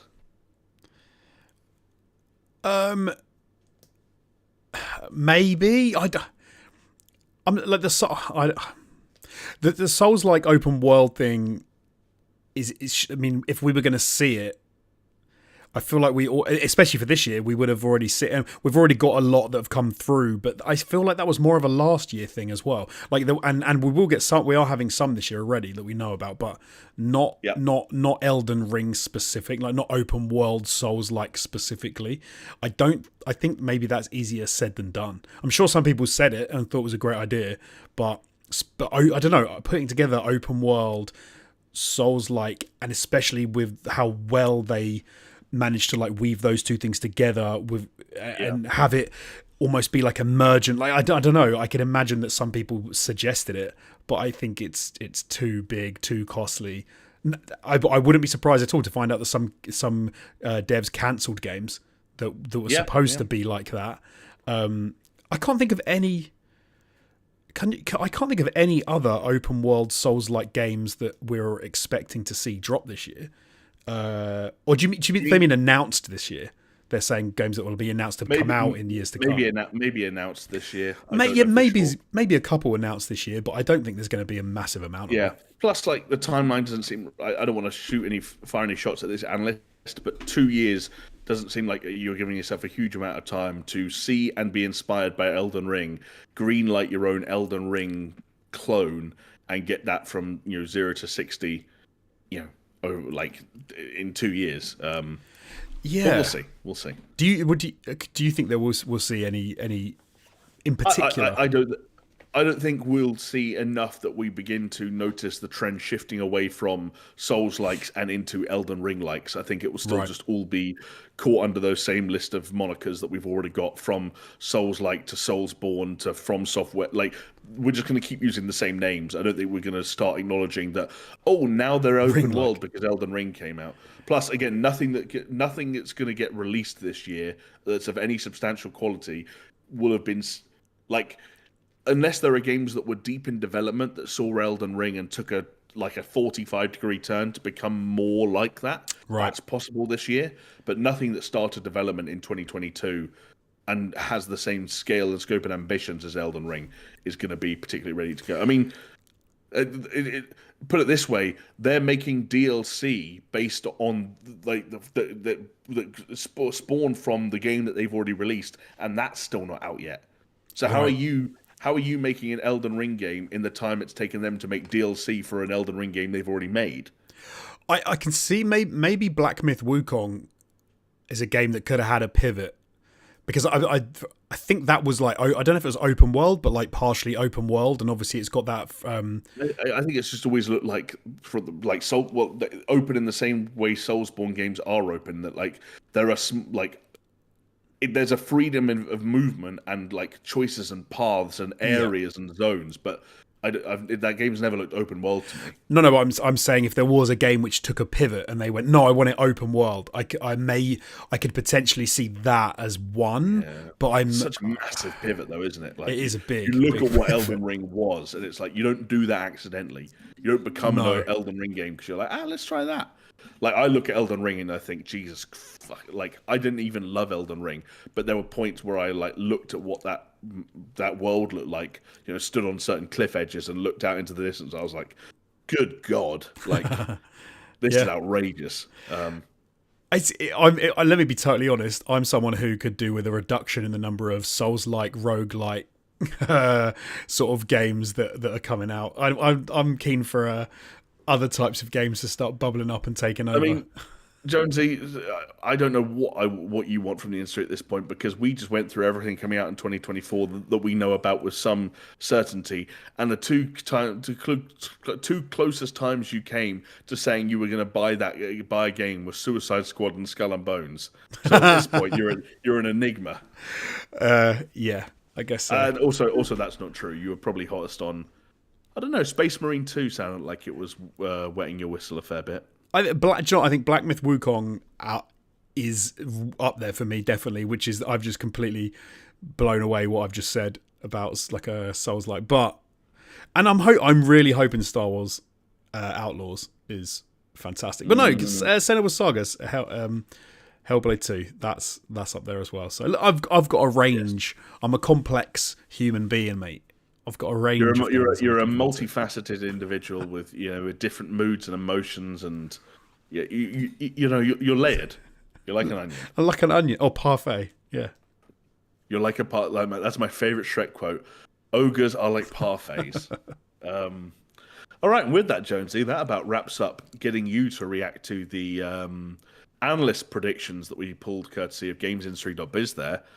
So unless you've got AOB, get it? Any other business to share with the folks at home, I think we'd put a bow on this bad boy and get 2024 off to a rocking start. I'm with the 3 minutes before we get to 2 hours 30 that we've been recording this pod. Jesus Christ! I would love it if you could give me 2 predictions of your own. Do they have to be? But then I feel like a lot of the predictions we just went through kind of defined my.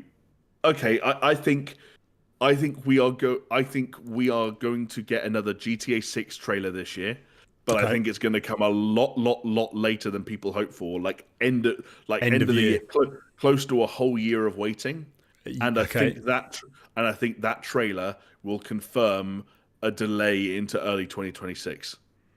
Oh, okay, interesting. Yeah, okay. So people are going to be double annoyed. Yes, right.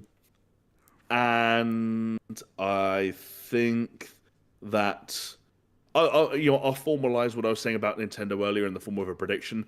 I think a new Nintendo console will be announced and released this year, and it will be a Super Switch in all but name. Super Switch. And they're going to double down on what made the Switch work and what made it appeal to so many different households and families in its hybrid nature and stuff like that. But they are still fundamentally going to make a console. It's still going to be hybrid. It's still arguably, for most people, going to be handheld first.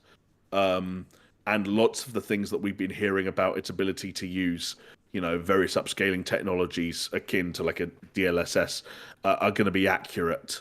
But I think there will be room for some traditional Nintendo bullshit somewhere, and I think that somewhere is going to be the way it handles not necessarily backwards compatibility, but I think there are going to be a lot of games that people hope look or run better on this new Switch by virtue of how much more powerful it's going to be, and Nintendo are going to instead use that as an opportunity to squeeze money out of people rather than giving them a higher resolution, higher frame rate Breath of the Wild, for example. We're going to be paying for that shit some way or somehow. Of course, if it's Nintendo, then we absolutely will be paying for it. Yeah, exactly. It's not so much of a prediction as much as it is just reading the room.